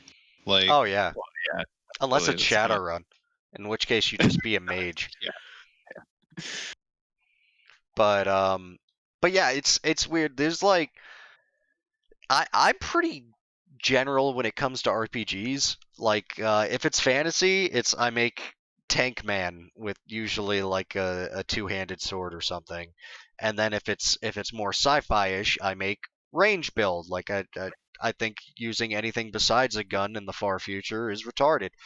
But Cyberpunk is the one game where it's like, yeah, I want to be a hacker. Yeah, I want to be a smooth talking guy. Yeah, I want to be a walking tank. And it's like you can't do that all in one character feasibly, even though I would love to. Sorry, I was playing fucking with my dog for a moment while you were explaining that. They vomiting And again. just to, no vomiting. Just to reiterate though, did you just say that the melee builds in a far future setting are retarded? Is that what you just said to me? Yeah, to me, I think it's dumb. I like You're wrong. guns. well, hasn't well, I mean, we're gonna put that on hold, but isn't like melee in this game like non-existent? No, it is. No, it exists. It just doesn't look It exists. great. There's cybernetics for it. It doesn't. We have no idea if it's gonna be viable. Yeah, I'll probably that's the find thing. out because I'm thinking of making a melee build, but I don't know if it'll be good or not. I've seen some of the skills. I paused one of the trailers. They kind of showed the melee skill tree briefly, and there was a moment where he hovered over one, and brought the description up for it, and I got to read it, and it was just like when you're moving, you get armor or something like that. And that's kind of interesting. 'Cause that's a problem in like Bethesda, like the Fallout games and shit like that, or like Outer Worlds, where it's like, yeah, melee builds are cool in terms of when you're actually hitting the guy, but when all the enemies have ranged weapons and shit, like closing the gap in the early levels before you're jacked is very difficult. It Yeah. gets more viable later on when you have the perks and the equipment and shit, and like you can tank the damage and then get there and do a shitload of damage. But that's always been a huge problem in the early levels in the Bethesda game. My first playthrough apparently has to be a melee build because I'm Triple H. I got to be using my fists and Or or a a water sledgehammer. bottle or a steel chair. I assure you, I will. I think I'm settled on attempting a melee build, so I will tell you if it's fucking viable or not. I'm gonna be Also, tank you're man. definitely correct. Melee builds in far future settings are the shit because they shouldn't make sense, which is why I like them when the setting goes to great lengths to make them make sense. Hence, Metal Gear, where Like- it literally becomes like one of the best methods of warfare is when the cyborg ninja can cut the Metal Gear in half. That's true. Or Dune, because our shields are too Or that. good. Yeah. Frankly, melee is a huge part of like 40K, but I always thought it had some of the weakest reasoning for it because like it only really makes sense in my mind when we're talking about hordes like Tyranids and shit like that, or when we're talking about like Space Marines because they can like take the damage to get there, and like I can connect those dots and be like, yeah, sure, I'll believe it. I don't really know why they're bothering. I don't know why they're not just shooting people, but in other settings it makes more sense to me. Like in Metal Gear, where HF blades are a thing, and you can have like people like Raiden be able to do what they do physically in this, and like there are lengths that are gone to make it make sense and like viable against modern real like munitions, and or like Dune, for instance. So the moral of the story is like melee in like sci-fi settings is awesome, and you're wrong. That's the point that I'm getting at. I disagree. That's fine. I mean, there is no disagree. You're just factually incorrect. That's wrong. That's what I'm getting at. What's your subjective. stance, Richie? What do you think? I want I mean, a I second think opinion. melee is cool in sci-fi settings, especially with like things like HF blades and all that. I mean, I like it. I Well, don't much yeah, to say on it besides that. I'm not arguing that it shouldn't exist. I mean, it's fine. I understand the appeal. It's just, I don't know. Future guns are far more appealing to me than Future Sword. But But like, it's like, I don't know. Like, there's some cool. So like, future guns are cool. Don't get me wrong. But like, I'm not saying future guns there's aren't just cool. something about settings where like you have these awesome fucking ranged weapons, and then you have this guy who's just like, I'm good with this sword.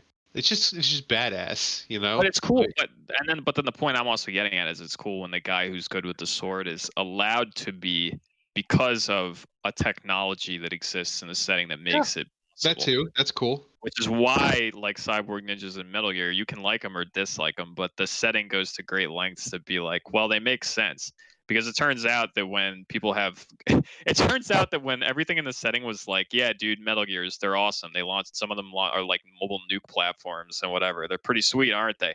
And then suddenly technology progresses to the point where a guy is extremely mobile, is the size of a man, can block small arms fire with his weapon, and in some instances can lift a Metal Gear over his head, which is kind of insane, I'll give you that, but is established in the setting. Then you start to be like, oh well, technology has progressed to a point in this setting where this is entirely viable and may even be the best form of warfare at this point, because the guy can feasibly get there to do it. Yeah, let me clear it up real quick. That's never been a concern of me. I don't dislike future melee because I think it's like unsound or unviable. Like most settings, yeah, very clearly describe it, and I won't say that I didn't enjoy Revengeance very much. I loved Revengeance.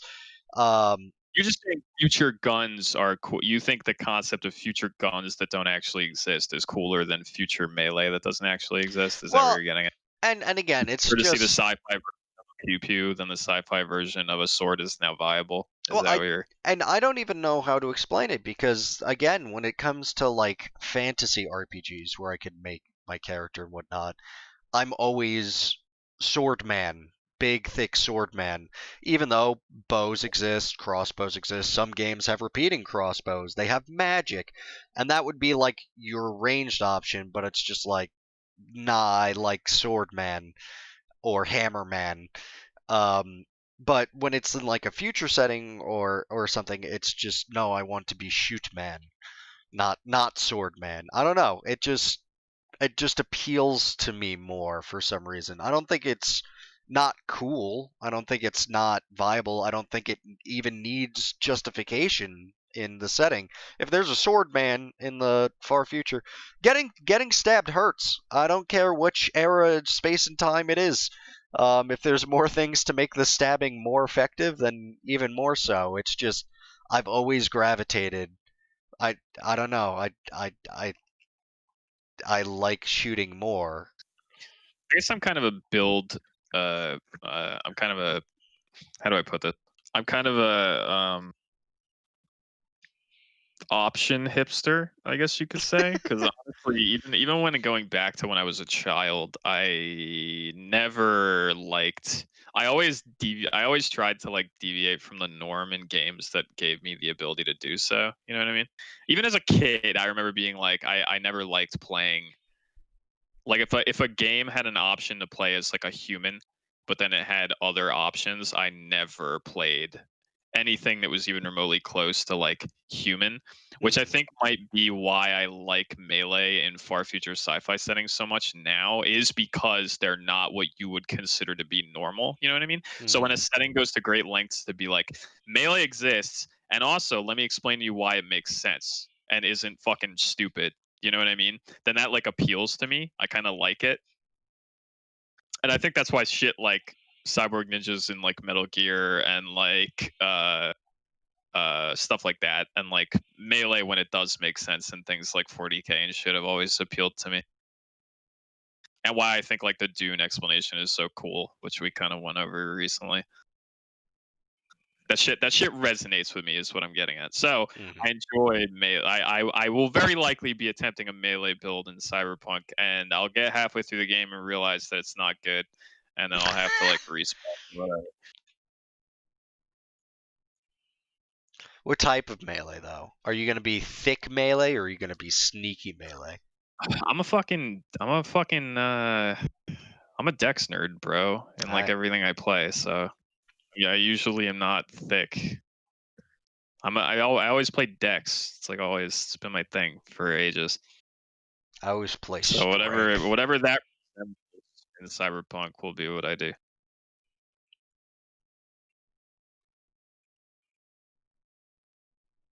But there's no wall running in the game, so my fucking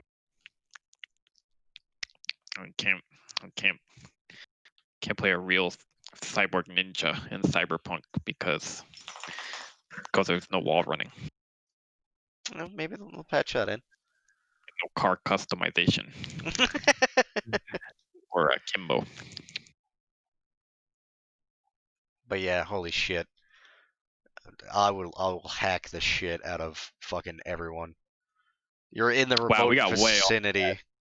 we got way off that.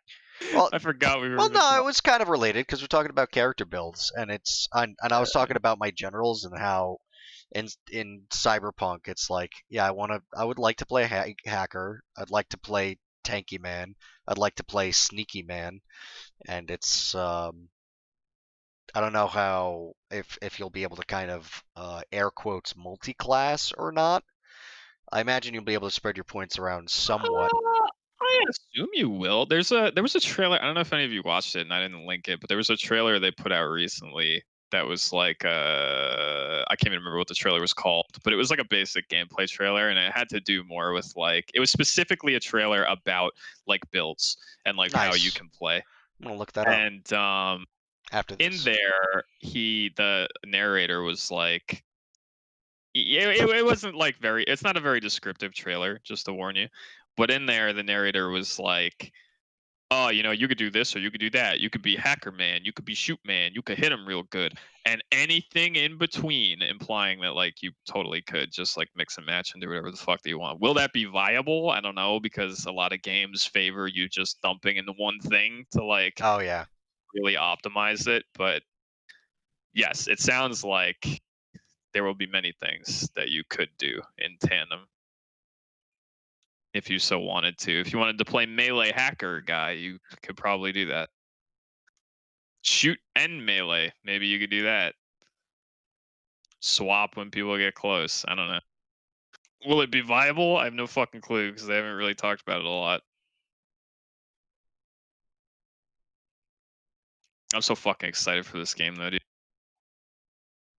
Yeah, me too. It's really like the only game I'm looking forward to. I haven't really gotten into like a good RPG in quite some time, and I'm very hopeful that this, like, the aesthetic is very much up my alley. The gameplay looks like it'll be good for the most part. It's got that stilted RPG combat, but I'm still kind of excited about it. I just want to get immersed, you know. I'm ready. My body is ready. I hope it's good. I sure do too. That'll be fine. It'll be fine. But what if it's It's not? I'm It'll be convinced it's fine. going to. It's not going to be bad. Anyone who's legitimately being like, "Oh, it might be dog shit," is kind of like objectively going to be incorrect. The game will be fine. It's just like what shade of good will it be? Will it be the 10 out of 10 that I think everyone's expecting it to be, or is it going to be like pretty good? You know, Solid 8. That's my expectation. No, we'll you know soon what? see. No, I don't think it's gonna be a solid 8. I think it's gonna be a flawed 8. Maybe a flawed 9. I think it's gonna be one of those things where it's good and it would be perfect if it weren't for these weird bugs that keep happening. That's just my feeling. I have nothing to base that off of. That's just how I think it's gonna be. If that fucking game, do you know how meme worthy it's going to be if that game comes out and has even a small handful of bugs? And then Oh people will man. be like, fucking delays, guy. Mhm.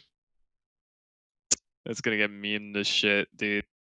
I think if it came out and was perfect, it's gonna get memed to shit. I think there's no chance it's getting memed. I'm excited. I mean, this I'm is like hopeful. the I'm game of excited. the year. It is. I fucking went back recently just to remind myself like how long I've been waiting for this game. I looked at that first trailer. Do you guys remember when that fucking trailer came out? Personal responsibility. Yeah, what The was one it? with the girl, Yep. all fogged up. She's in the street and the dudes are pointing guns at her and shit. And that was like the first thing we ever saw. I think it came out in like, I'm trying to find it right now just to make sure I'm not talking out of my ass. But I think when I looked at it, it came out in like 2013 or something like that. Yeah, January 10th, 2013.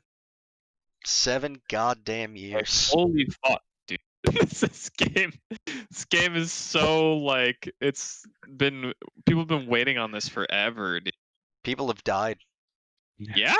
People who were waiting for it have died, and people who didn't even know that they should be excited about it have grown to an age where they can form thought and can now be excited about it. Think about that. Think about people who were like 12 or like 11 when that trailer dropped, and now they're like, "Yeah, dude, Cyberpunk in a week," because they're like 18 Kids now. who were 11 when the first trailer dropped can now drive. That's fucking spooky, dude. Kids, I fucking like thinking about awkward teenagers, some 14-year-olds, they're buying Cyberpunk and then their first drink.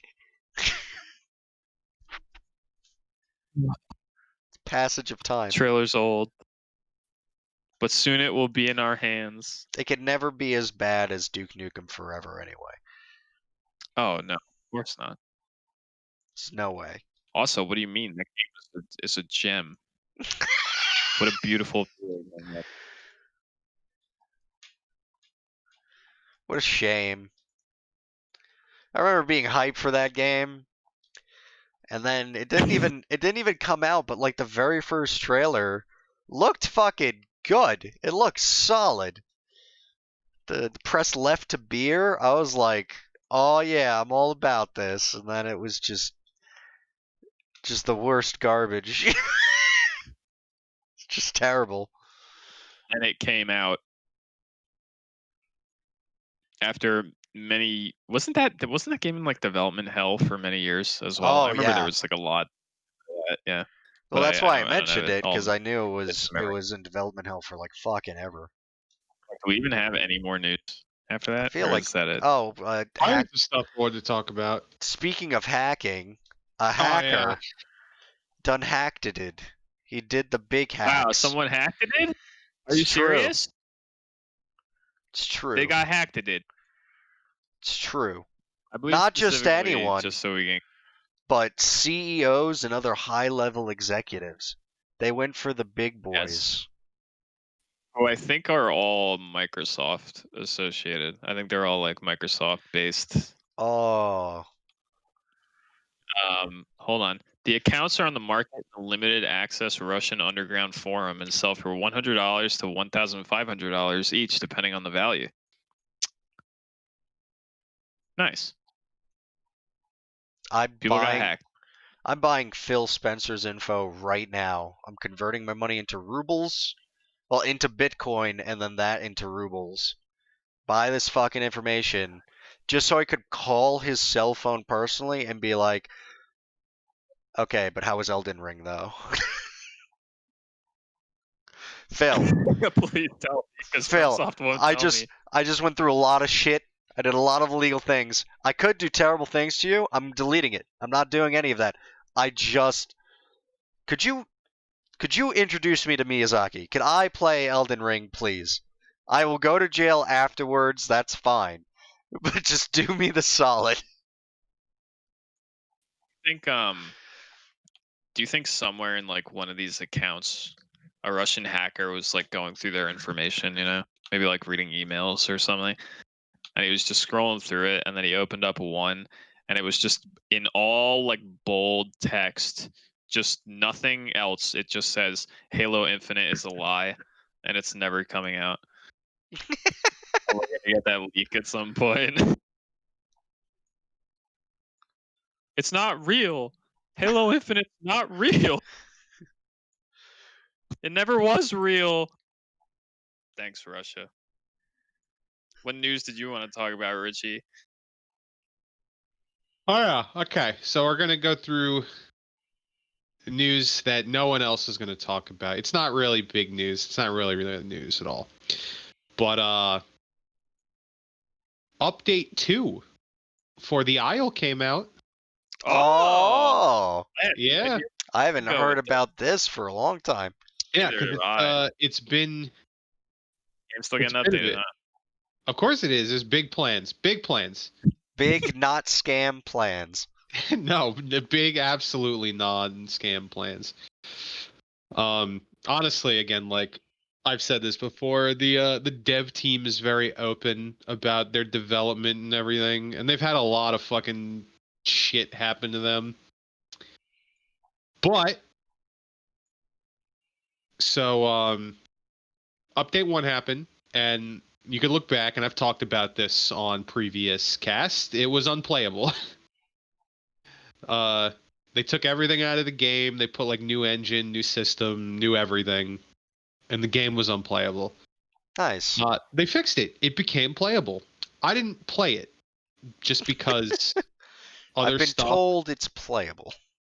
Yeah, but it was playable. I didn't play it because of like lack of content for the most part, just because like I've played the fucking Raptor so much. The new Herbivore was cool, but like with the broken jank, I was like, I'll just wait for them to fix it. So update 2 came out like last night. So I downloaded that and started playing it, and it's pretty fun. They added a lot. They had like an actual day-night cycle with like a skybox and shit. It's a very beautiful game. Bleed system, which is interesting the way they do it. So the way they're doing their bleed system is when you take damage, damage will have a bleed value, which will stack on you, in which you have a like bar, I guess, depending on your dino as well. And the bar is how much bleed you can take before dropping dead. It's not your health, which is interesting. It's like a separate meter.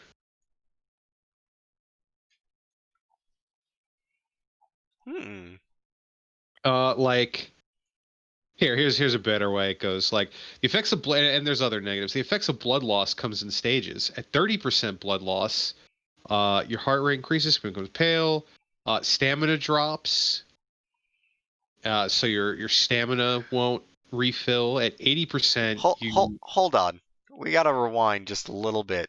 Your heart rate increases. Does that affect the game at all? I think it like messes with your stamina, because right here it says at 80% losing stamina becomes deadly. At 100%, your heart can no longer pump blood and the body shuts down. Each stage of bleed drops your stamina, healing, and stamina regen. It's interesting. It's gonna be tweaked. It just came out. You could like take flesh chunks off a corpse now, which is cool. That's especially useful if you're a dino that can't defend the kill, or if you come across a body and you don't want to stay around because other, bigger predators will come. Right. And they put 3 new dinos in the game. There was only 2. Now there's 5. Ooh. Which, of course, balance and everything is still being worked out. But the Carnotaurus was the only carnivore added. Mid-sized carnivore. I know you guys aren't really dino nerds or nothing, but it's a mid-sized carnivore meant for hunting smaller herbivores because of how fast it is. It's got a really cool mechanic where it has like a charge attack. So basically, it's like, I think, like the fastest dino in the game, just like in a straight sprint, and it like lowers its head, and if it hits you, it damages you and stuns you and knocks you down. It's very cool. It's like a bull charge. It's OP right now. It's OP. It's OP because I say OP just because because it's the largest carnivore in the game right now, it's got no competition, so it's the apex predator. Which is hilarious because it's really not that big of a carnivore. I mean, it's big, but not like T-Rex size or anything. Right. So people are going around just as the Carno because it's so fast and just murdering everything.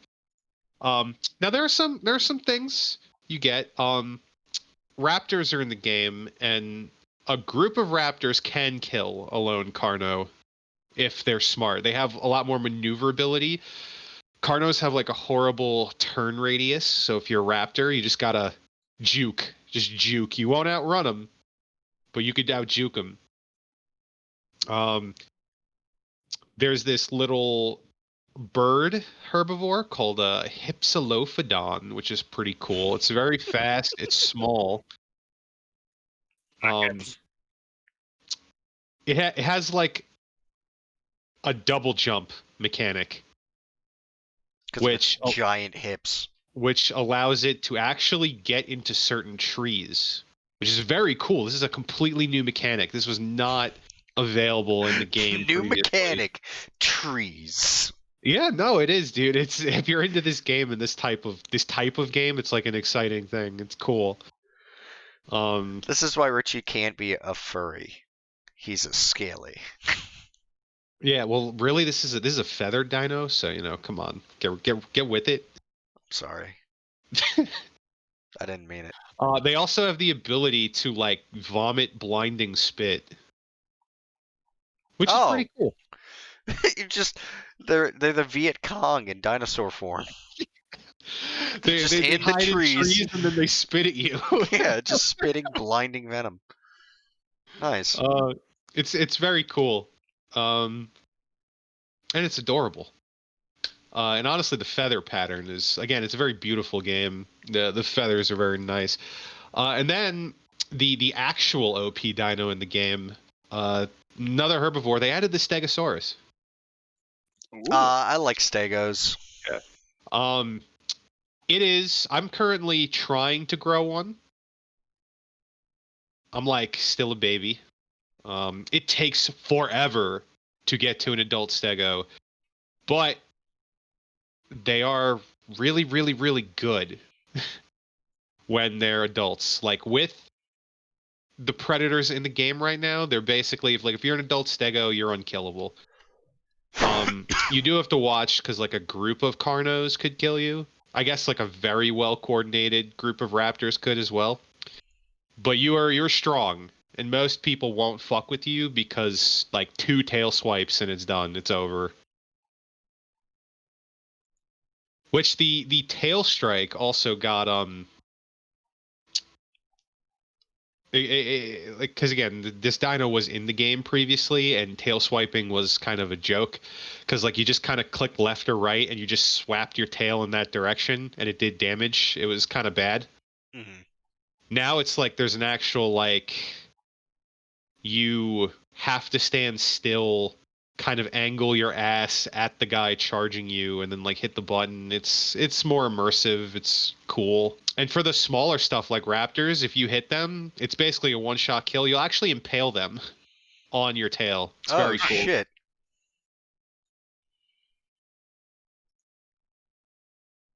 So it's very exciting, especially because the next update, who knows how long that's going to take. They have like a Trello. It's my first time using Trello, but it's like they put like cards, which has all the update stuff. They have like it's all laid out. The next update is very, very, very exciting because it is the terrain or whatever they're calling it update. They're adding fish. There's going to be fish. They're going to be schooling fish. There's going to be elite fish. There's going to be all kinds of fish in the game. Can I play as a fish? No, you can't play as a fish. Damn. But they are in the game. And the reason they're putting the fish is because they're adding like 2 completely new dinos to the game. The pterodon, who can fly, the first flying dino. Ooh, a flyno. Yep, who will prey on fish. And then a Dinosuchus, a crocodile that will also prey on fish. Shit. Also, from what they talk about, from what I hear, growing one is going to be a long, arduous process because a baby crocodile are fucking like so small. But they grow to be probably the scariest dinosaur in quotes, the creature in the game because this is a croc that could literally drag a T-Rex into the water and kill it. Nice. So that will be very cool, and everyone and their grandmother is going to be playing that thing because I mean it is kind of awesome. It's going to have like they want to put in like ambush mechanics and shit, like where it comes out of the water, bites you, it literally just grabs a hold of you and drags you into the water.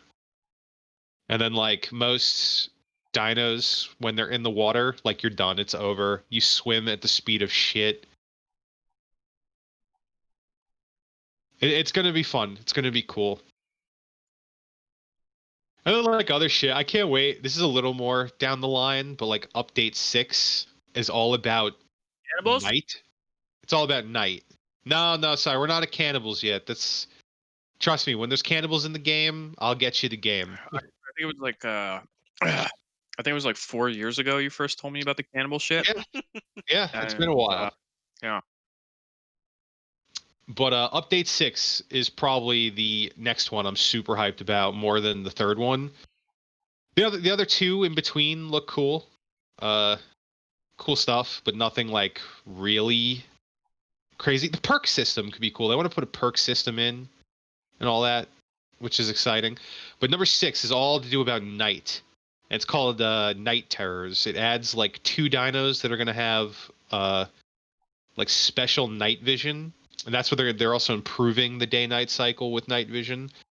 They're introducing venom and poison to the game because these dinos are going to have that feature. Oh, nice. It's honestly going to make night more terrifying than it already is. Because like as of right now, night isn't really terrifying. It's just kind of it's still light. It's just blue or like purple. It's dark, but you still Nice. see because there's no night vision mechanic in the game. When that comes out and it goes back to like original night, like what the game was before, it's literal just blackness that you can't see in. And it's gonna be horrifying with all these fucking like night predators going around with venom. Very cool It's stuff. gonna be like Tarkov night.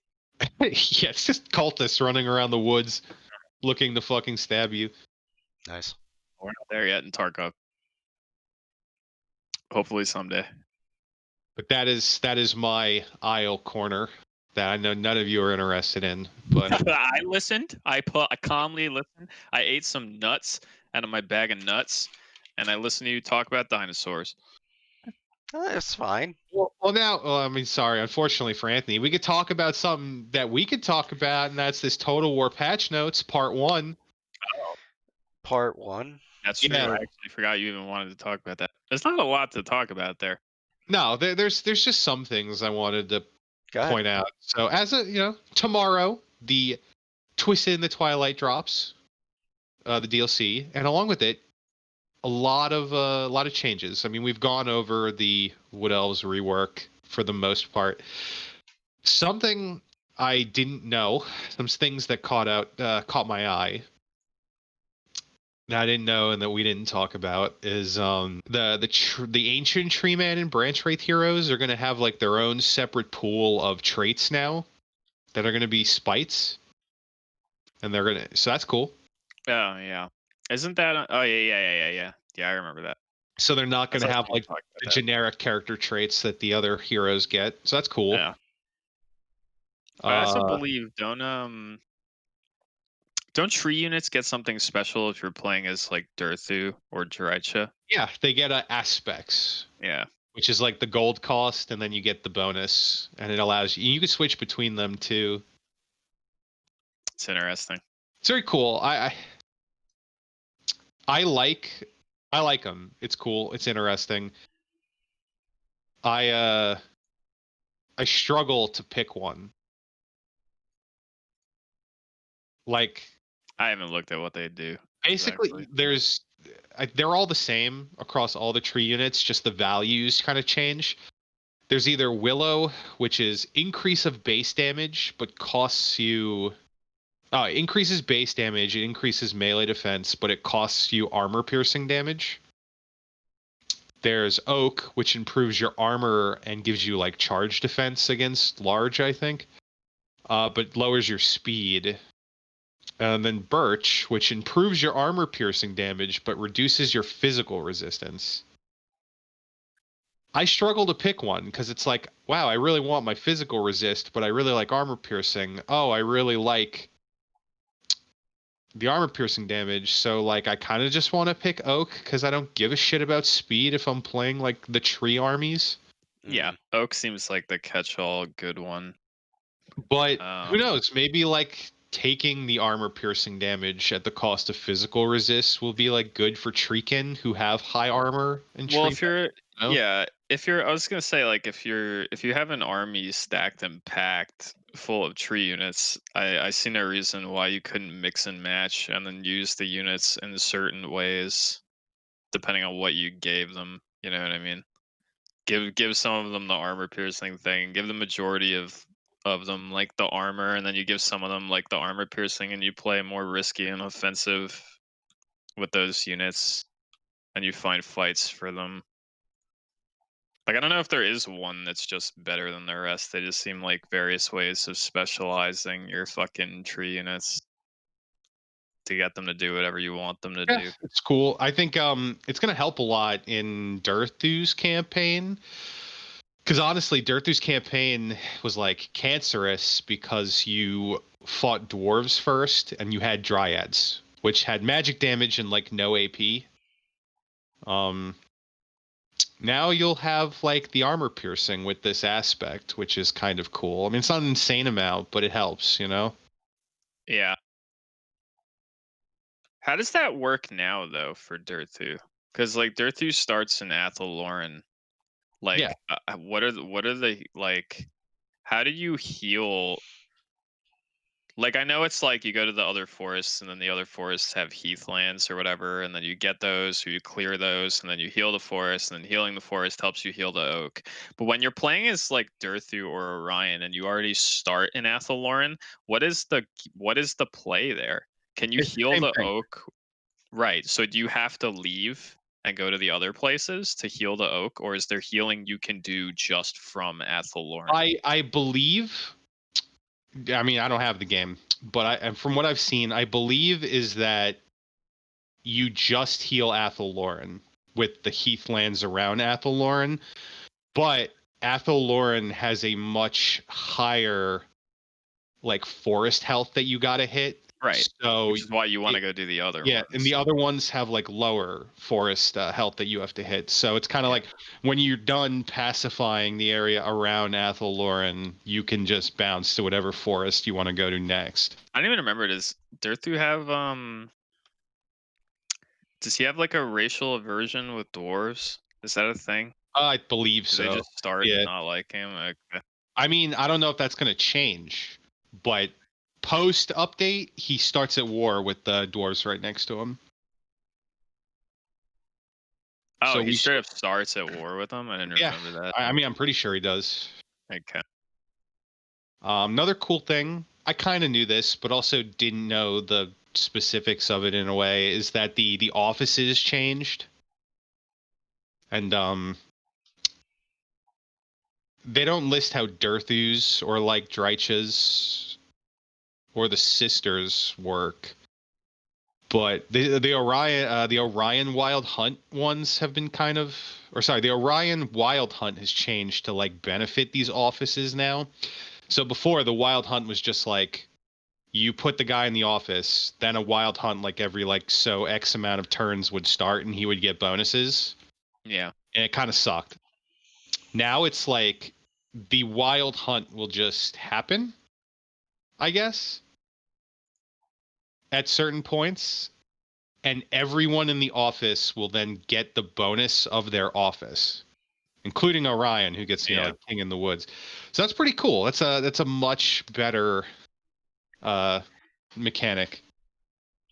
I had read that and I actually thought that was kind of interesting. I'm not a huge fan of Orion, but that is kind of appealing that he got something neat like that.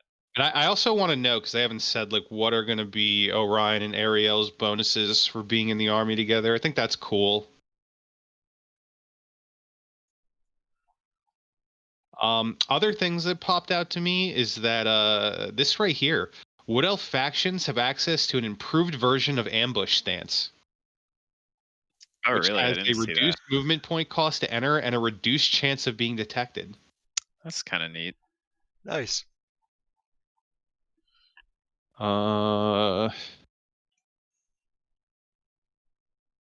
yeah, so here, like, upgrading the Oak of Ages is no longer required to unlock Confederation with the other Wood Elves. Instead, you get special Confederation missions. So I believe the way that works is like you still have to upgrade the oak, but when you get the upgrade, when it's finished, you will then get a mission that will just allow you to confederate the faction. So that's really cool. It's much better. Now you don't have to like suck dick and give gold to get them to like you, so they hit accept on the confederate. There's some interesting things in here, but most of it is just like, I don't know. Some of the stuff like settlement abandon is kind of cool, but for the most part, it's very much I don't know. Ranged weapon grace period is kind of neat because that's kind of for everybody. But it's mostly these patch notes are mostly just like, hey, look, here's all the shit I already kind of knew about what else, and there's not a lot of cool like general changes to the game, not as many as I was hoping there would be, to be completely honest. I think there's a lot of cool ones though. I think no one plays Tretch, Graventail, Skaven, but he now starts with an Undercity beneath Crookback Mountain in Mortal Empires. That's kind of cool. Yeah, I mean, like I'm not saying they didn't do anything, but it's just like nothing is that amazing. It's mostly Wood Elf stuff. Those worst buffs. Yeah, please be excited. The ones they didn't even list. Yeah, pretty incredible. Hey, there's new buffs for Helm and Gorst. What are they? I don't know. We didn't put them in the patch note. He's got the. I mean, they show his faction effects. Yeah, but does that mean is that what they're talking about? I have no idea. It seems odd. I like the Archaon change. I mean, the Chaos campaign is still terrible, but it's kind of cool. You trading +10 leadership for Chaos Warriors versus at rank 9 +27% weapon strength. Yeah, it's kind of intense. That's very good. Sigvald's stuff is cool too, but still, like my point stands that it's like a lot of really minor stuff that they did to people, but nothing too insane. I mean, we have to look at it to the point where like this is the Wood Elf update, so they were obviously going to get the big fucking show-stopping changes. You're not wrong. I just thought, I don't know. I was hoping maybe there would be more to just like the general mechanics of the game, like to see them say anything about tweaking, like I don't know, the basic economy of the game, public order, anything crazy like that for like everyone would have been interesting to see. There was a public order change that I thought was pretty interesting. Where the fuck is it?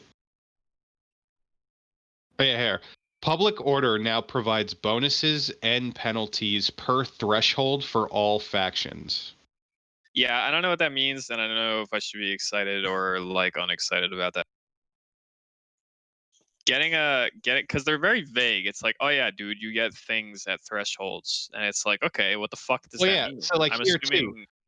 too, a lot of this is vague. I'll agree with you. Like Malice sanity effect tweets.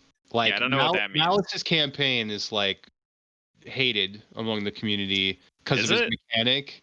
Yeah, his mechanic is. I mean, I hate it because like it sucks because it's funny that you say that actually, because I when Malice first came out, I tried to play him and I was like, oh, I really like his start. I think it's a really interesting idea. I think his mechanic is interesting. I really am over them putting in these fucking stupid mechanics for these legendary lords that are like, hey, let's inject some artificial fucking difficulty into it by being like, hey, look, here's this thing where when he gets to like full possession, you just can't, like, none of your units can heal at all. You just can't muster like whatsoever. And when he gets to full possession, you have to pay like an exorbitant amount of gold for a fucking thing to get him back to 0. And also there's no natural way to just fight the possession. Like you can't, it's not a mechanic you can manage yourself. You can put him in a settlement and it'll still increase by like 1 a turn. So no matter what, you will hit max, then you will not be able to muster, and then you will have to spend like thousands of gold potentially, depending on how many elixirs you purchased before that, to get him back to baseline 0. And it's just so not fun. Yeah. It's like the most Close. unfun fucking mechanic, and it blows because I think his start is really cool, but I don't like playing around that mechanic. It's just not fun. And it's like, oh yeah, dude, the elixir doesn't cost anything once you own 10 entire provinces. And it's like, do you know how long that's going to take? That's going to be like many turns into a fucking campaign. How expensive is this fucking elixir going to be by the Yeah. time I've got 10 fucking provinces? It's just insane, dude. And then there's like Hellebron too. I don't even really like her mechanic that much because once again it feels like artificial kind of difficulty where it's like play around this mechanic, it builds up and it gets shitty and then you have to pay fucking a bunch of slaves and you have to do a thing. It's like if you're not keeping up with that, then it's like you're just gonna get fucked. And it's like that's cool, you can come up with these interesting mechanics, but can you make them like fun instead of and interesting instead of making them like penalties and challenge modes? Like it's really strange. There's a joke, and I don't this, like This it. doesn't have anything to do with Hellebron, but there's a joke that's called the Skaven DLC curse, where if you're in a DLC pack with Skaven, get prepared for a shitty mechanic because their Yeah. mechanic is so good. Yeah, no, you're not wrong. That's I literally I didn't even need you to tell me that that was a community in joke because I've seen it myself. Yeah, brings me to the next point is that streamers and people that have come out and said like the Sisters Forge mechanic is like fun and good are coming out and saying, yeah, we lied about that. It's dog shit. Really? Yeah. I mean, Mandalore put out a fucking review, and I watched his reviews because I like his reviews. Yeah, I'm pretty sure he says it's trash. Yeah, he put out a review because he's been doing Warhammer reviews like in recent months, and he put out a review of it like yesterday or something, and he was like, "Yeah, it sucks ass. Like Throts is awesome, but like this is clearly half baked." And was not. There's always, you know what? It's not just the Skaven curse, to be completely honest. Because let's be real, I feel like every DLC is like this, where it's like one lord will always have a really neat, interesting, unique mechanic, and the other one you can tell that they just didn't put as much time and effort into it. Like this happened with Grom and what's his face. Grom's eating was super cool. You know what wasn't really cool? The Batcave thing for what's his face. It was nowhere near as interesting or unique. It wasn't as cool. It didn't really impact his campaign in the same way that Grom's did. And it just you can tell that they didn't care as much about his mechanic, so they didn't put the time and effort into it. This happens with like every DLC and it blows. And it just so happens that when it's the Skaven in one of the DLCs, they're the one that are on the positive end, but it's other people too who get fucked. I mean, there's like this. There's some DLCs where that's not the case. Like Nakai and Wolfheart both suck. The exception is when they're both bad. That's so much better. I want them to both be shit, not just one. I mean, it's the same for like Hellebron and fucking Alariel. Their mechanics are fucking terrible. But I understand the point. I don't mind Alariel's. It's not interesting and super unique, but it's also not like if I had to pick one that won, quote unquote, in that DLC, it's her, because Hellebron's is a challenge mode horseshit mechanic, much like Malice's, and Alariel's is like kind of at least interesting and is literally just a benefit in terms of her literally shitting free public order onto her settlements. The only bad thing about Alariel's is like you better hold all of Ulthuan or else there's gonna be some penalties. But once you do, she just pumps free public order into every settlement that she touches and shit. And Hellebron has nothing like that. So I would argue that she fucking won out on that. And Hellebron is the shit end of the stick in that fucking DLC. There's usually someone that gets the shit end of the stick in every Dual Lord DLC. And this time around, it was the sisters, because Skaven always went out. Yeah, I mean, I'm still gonna play the sisters because I think they're very cool, and I think the faction mechanic, or not the faction mechanic, but like the faction effects are cool. Like the Hawk Riders getting that arrow. That arrow is fucking dirty, dude. Have you seen like video of it? Yeah, I've seen it. It looks kind of absurd, to be honest. It's fucking dirty. I It think looks like I'm gonna cheese a bunch of combats with that in campaign. like I don't by play this spamming game much, Hawk Rider. but just to kind of highlight that, it's part of the problem is just how Warhammer Fantasy setting itself, because it's like it's really hard where it's like, okay, we have to have two sides, of course, and they both have to have a gimmick, and you have to outfun crack rats and like goblins on one side, like like the funnest characters ever, and it's like, all right, who are we pairing them with?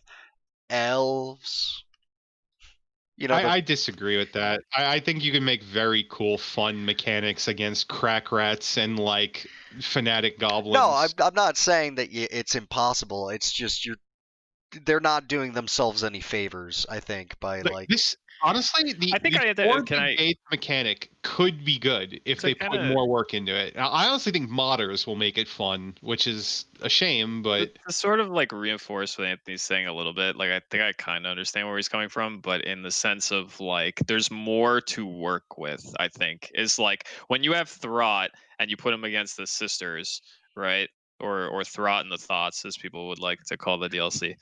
Then it's like Throt is easier to come up with an interesting mechanic for, admittedly, because of all of his crazy lore involving mutation and all the nutty stuff you could think of.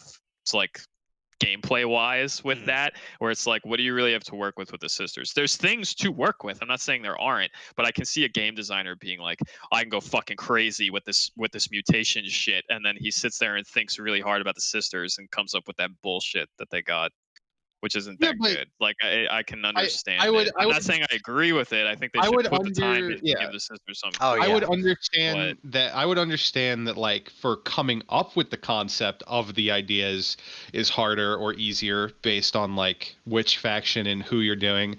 But there should be no reason why what you do come up with is not good, which is what unfortunately I believe the sisters mechanic is. It's just not good. That's what. Yeah, I mean, It's I not that agree it's with you. I not don't think interesting. It could be not interesting. But it's just not good. I'm not covering for them by saying that and being like, this is why I think it's okay that the sisters mechanic is shit. I'm just explaining how I think it happened. But I agree that like they should put the time and effort into both sides and come up with neat mechanics instead of people getting shafted. Yeah, again, I'm gonna play the sisters because they're very cool. I mean, I'm gonna play them too, only because I'd rather play them than Drycha, even though I've said this before, but I think Drycha's start is a lot more interesting. And not that it matters as much with Wood Elves now, but Yeah, I like Drycha's start position. I'm very excited to play Drycha. I think Drycha. I love the look of the faction. I like the mechanics of the faction. I think it's very cool. I have a running complaint with Creative Assembly, and this is one of Brandon's minutia fucking complaints where I'm about to nitpick and explain why there's a very mild thing that I dislike about the Warhammer games that doesn't really matter. But there's one thing I don't like that much, and it's like the voice acting, to be completely honest. I don't like how they handle certain characters in terms of their voice acting and the voice direction. It's just kind of shitty and like lazy in some areas. Like I don't like how every character that's like mildly monstrous or inhuman in any way, shape, or form, like vampires, for instance, sound like they all sound like Noob Saibot or some shit, you know? Like they've all got like Monster Man voice, and it's like, well, I never really thought. And then you see the artwork in game, and you're like, why is there literally artwork for some of these events of vampires that have noses intact and shit, but for whatever reason you modeled them all to be freak assholes who like half their face is rotting, or they look like goblins, and also they all talk like Noob Saibot. It's just very strange. Which brings me to my point that I want to make, which is that the only character in the game right now who isn't a human or like an elf or whatever, someone with a normal voice, who I think they actually handled pretty well, is Drycha. I actually really like the way she sounds when she talks. Like I heard her voice lines in the quest battle thing, and she's like, when she talks with the sound of like wood snapping mixed in to the back of her voice lines and shit. And I'm like, oh, that's a really nice touch. Like you could have handled that way shittier, like the way you handle everything else, where it's just monster voice with grumble voice, and instead they put like a little bit of thought into it, and they were like, oh, let's mix some twig snapping in there with her fucking voice actress and shit like that. Yeah, no, I think the voice was handled cool. I I'll agree with you that the way they handle voices and to some extent the models for certain characters, I think is kind of silly. I don't get the creative design behind making some of the vampires look very strange and It's weird. just so they all look fucking strange. There's like one model where his face is intact, but even then he still looks like a bit of a weirdo, which is fine. I get that. They're even in artwork, they still kind of look weird. But the rest of them are like, what's with the rotting facial features and shit? It's like they all looked at Vlad's old model and went, well, they must all look like that, right? It's Like they must all have fucked up faces, right? And it's like, no, not really. yeah, like some of them I'm fine. Like when they divvied up the bloodlines, like they could have made a better model for the Lemayan because like their whole point is like they're spies. Like they're in the fucking human population. Like you Yeah. shouldn't be able to look at that and be like, that bitch is a vampire. Well, let's be real. We're talking about voice acting specifically and like modeling. On top of that, there are lots of things that they didn't communicate from the tabletop when it comes to vampires. Like if you want me to nitpick even more, I don't think vampires are particularly well designed in terms of bringing them over 1-to-1 from the tabletop. And I understand why, because maybe they were afraid to do it the way that they are. But like vampires feel part of the reason why I liked vampires so much on the tabletop was because they were fucking frightening, man. Like that was like the whole shtick of vampire counts on the table was they were jacked. There were not many characters in the game that were as good as them at what they did, which was being fucking murder hobos. Like that was their whole fucking shtick, man. And they were surrounded by an army that was clearly full of models that were not quite as good as them, but they were fucking blenders. And that doesn't translate well, maybe because they were afraid of like how could they do that and keep it balanced by making them fuck sticks. Like I guess they would. Do I don't you know. I mean Blender, I don't know. Do you not feel like vampire characters are very strong? Because like the whole point, like a lot of people who play like the legendary difficulties, but even regardless of that, they say that like just skeleton spam because all your power is in your lords and heroes. Like Yeah, I understand that, but I'm just talking like on paper. Like if I look at the stats of a vampire lord or whatever, he's pretty not much high. better. No, yeah, they are high, but they're not much better. But there are equivalents in other armies that are similar. Do you know what I mean? Whereas on the tabletop, I think you had a wider gap. There was more of a power gap. Is all I'm trying to say, between like a vampire lord and like an orc war boss or some shit like that on the tabletop. Do you know what I mean? Like in the game, it's like I don't feel like that power gap is represented in quite the same way, which is I fine because might like disagree with that. really. I mean, like, not to the extent that it was in tabletop. Like in tabletop, it was literally like one-sided, which you can't do maybe as well in this game. But like, I just brought up the game just for some fucking quick comparisons. I just see stats on shit like You I mean take, like I you don't. take an orc war boss. I'm not even gonna go with like one of the special lineages. I'll just go with a base vampire lord. A base vampire lord has, I mean, less health, but whatever. Just talking about stat wise, it has like 12 more melee attack, like 80 more weapon strength, and magic. The constant healing, it doesn't break, it causes fear. Like, I don't know. I feel See, like that's all good, but if we're looking at the stats specifically, like the melee attack, the weapon strength, all that bullshit, it's like there's a gap there for sure.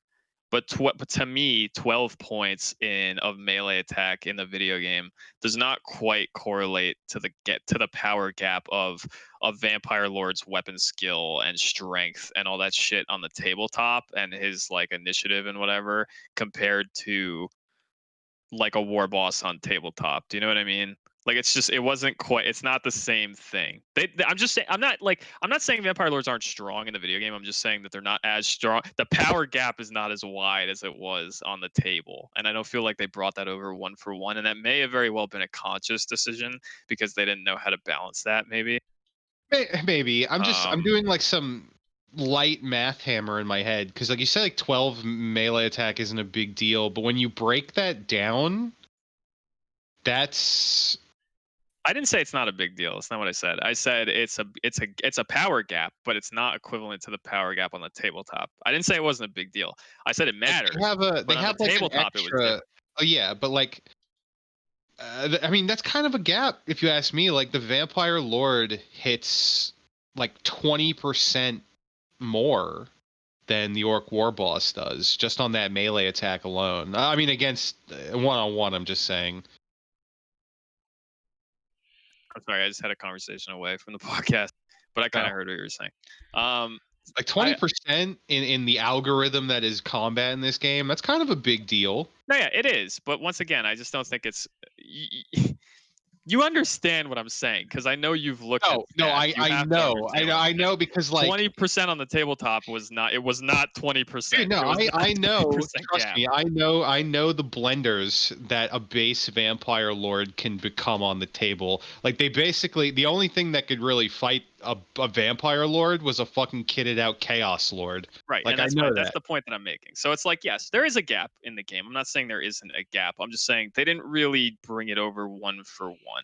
Like I even, in lore too. We can talk about lore and not tabletop rules. It's like Lamayan. I recently read a thing about how Lamayan vampires and shit are supposed to be like.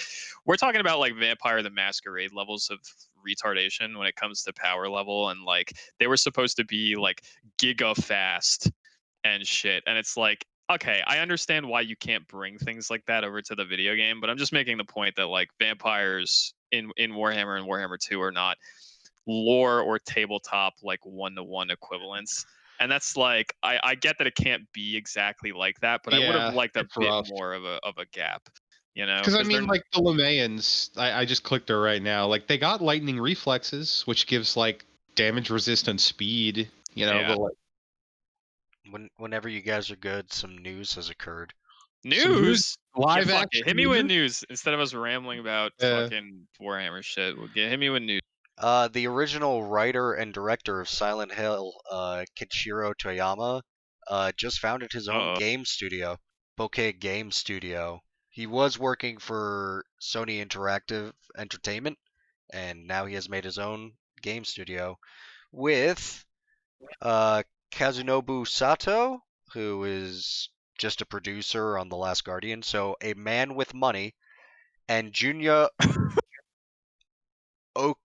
Okra, who, after I've literally spent the last like 5 minutes Googling and have found fucking nothing on this man. So, the guy who made Silent Hill managed to wine and dine two other men into giving him money. Did you hear about the this is kind of related. I didn't even post this as news, to be honest, because I didn't do any research into the sources, and I literally apparently there's an article. There's been multiple articles that have come out. I think there was like a Game Rant article, and I saw some YouTuber talking about it. How supposedly a guy who has successfully leaked other things in the past. I don't know what those things are, and I didn't do the research, which is why I didn't bring this up as news, but fucking I'm talking about it now. Has said that currently a Silent Hills game and Metal Gear Solid remake are being developed for PS5 specifically right now. Yeah, I've heard that That's rumor what he says. too. I don't know if it's true. I don't know if it's true either. Supposedly, I hope it's not true. Supposedly, I didn't do any research into the leaker. He could be legit. People are talking about it like he's legit, so maybe he is. So it could be real, but I don't know. I didn't look into it. Why are you hoping that it's not true? Because PlayStation 5. Yeah, that's true. Yeah, it probably would not be on PC. At least not for a year. And also remakes, yeah? That's what the rumor was? The remakes? It's not new games, it's remakes. Yeah, I'm sorry. I keep talking away from the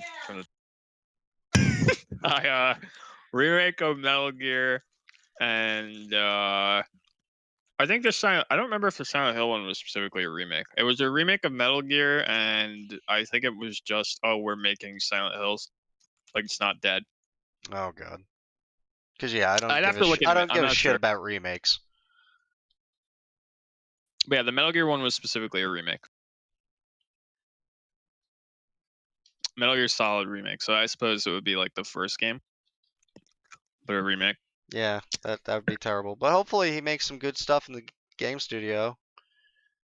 Yeah, that'd be cool. Looking at his other work, though, I don't think. I feel like. So there's this thing where Japanese men get depressed and they make really good shit. Especially, I mean, mecha shit.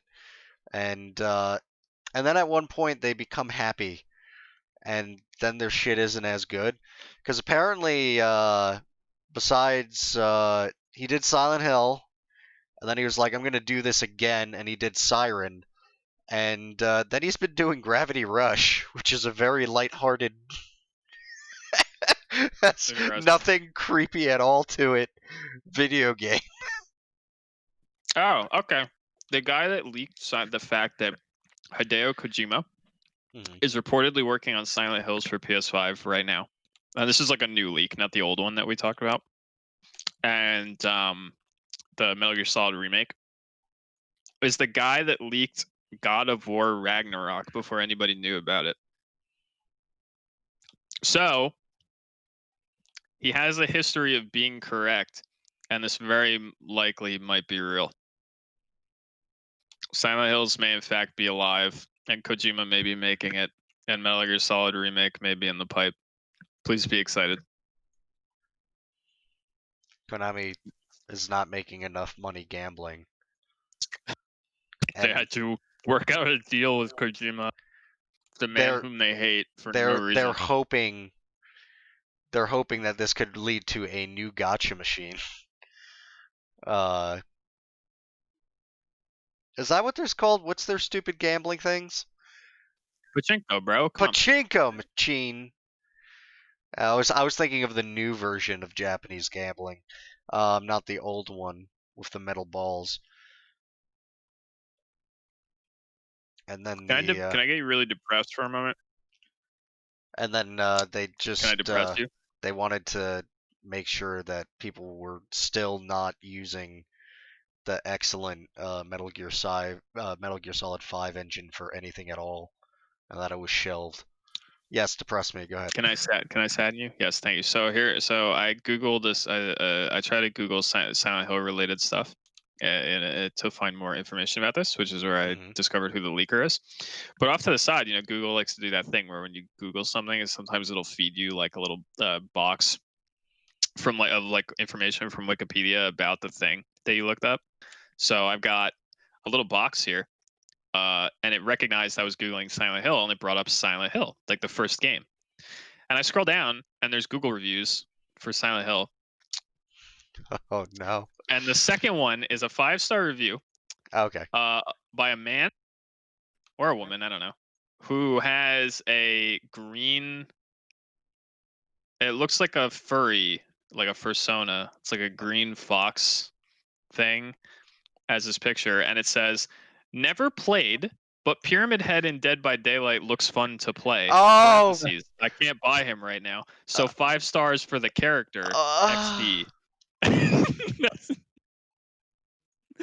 That's a 16-year-old that doesn't know what the fuck Silent Hill is, but he likes playing Dead by Daylight. And he saw Pyramid Head, and he was like, "Let me look this up." Oh, that's. There's a furry. I have conflicting fucking emotions about that. I gotta say. I'm sad. I'm a sad boy. With a space between each letter. News? I think that's the everything. I think that's the podcast. That's the everything. Yeah, that's the end of the podcast. Yeah, Brandon, sad boy. Fucking furries once again. Ramble cats. Yeah, fuck them. Island. What? Yeah, this is how Richie wins you over. Is he just looks up everything Brandon loves, and then he finds specifically furries reviewing it and just sends them to Brandon. And with time, even he too. Yeah, it's the end of me. Abominations. Suffer not the furry to live. Perch the mutant heretic. The furry. The furry.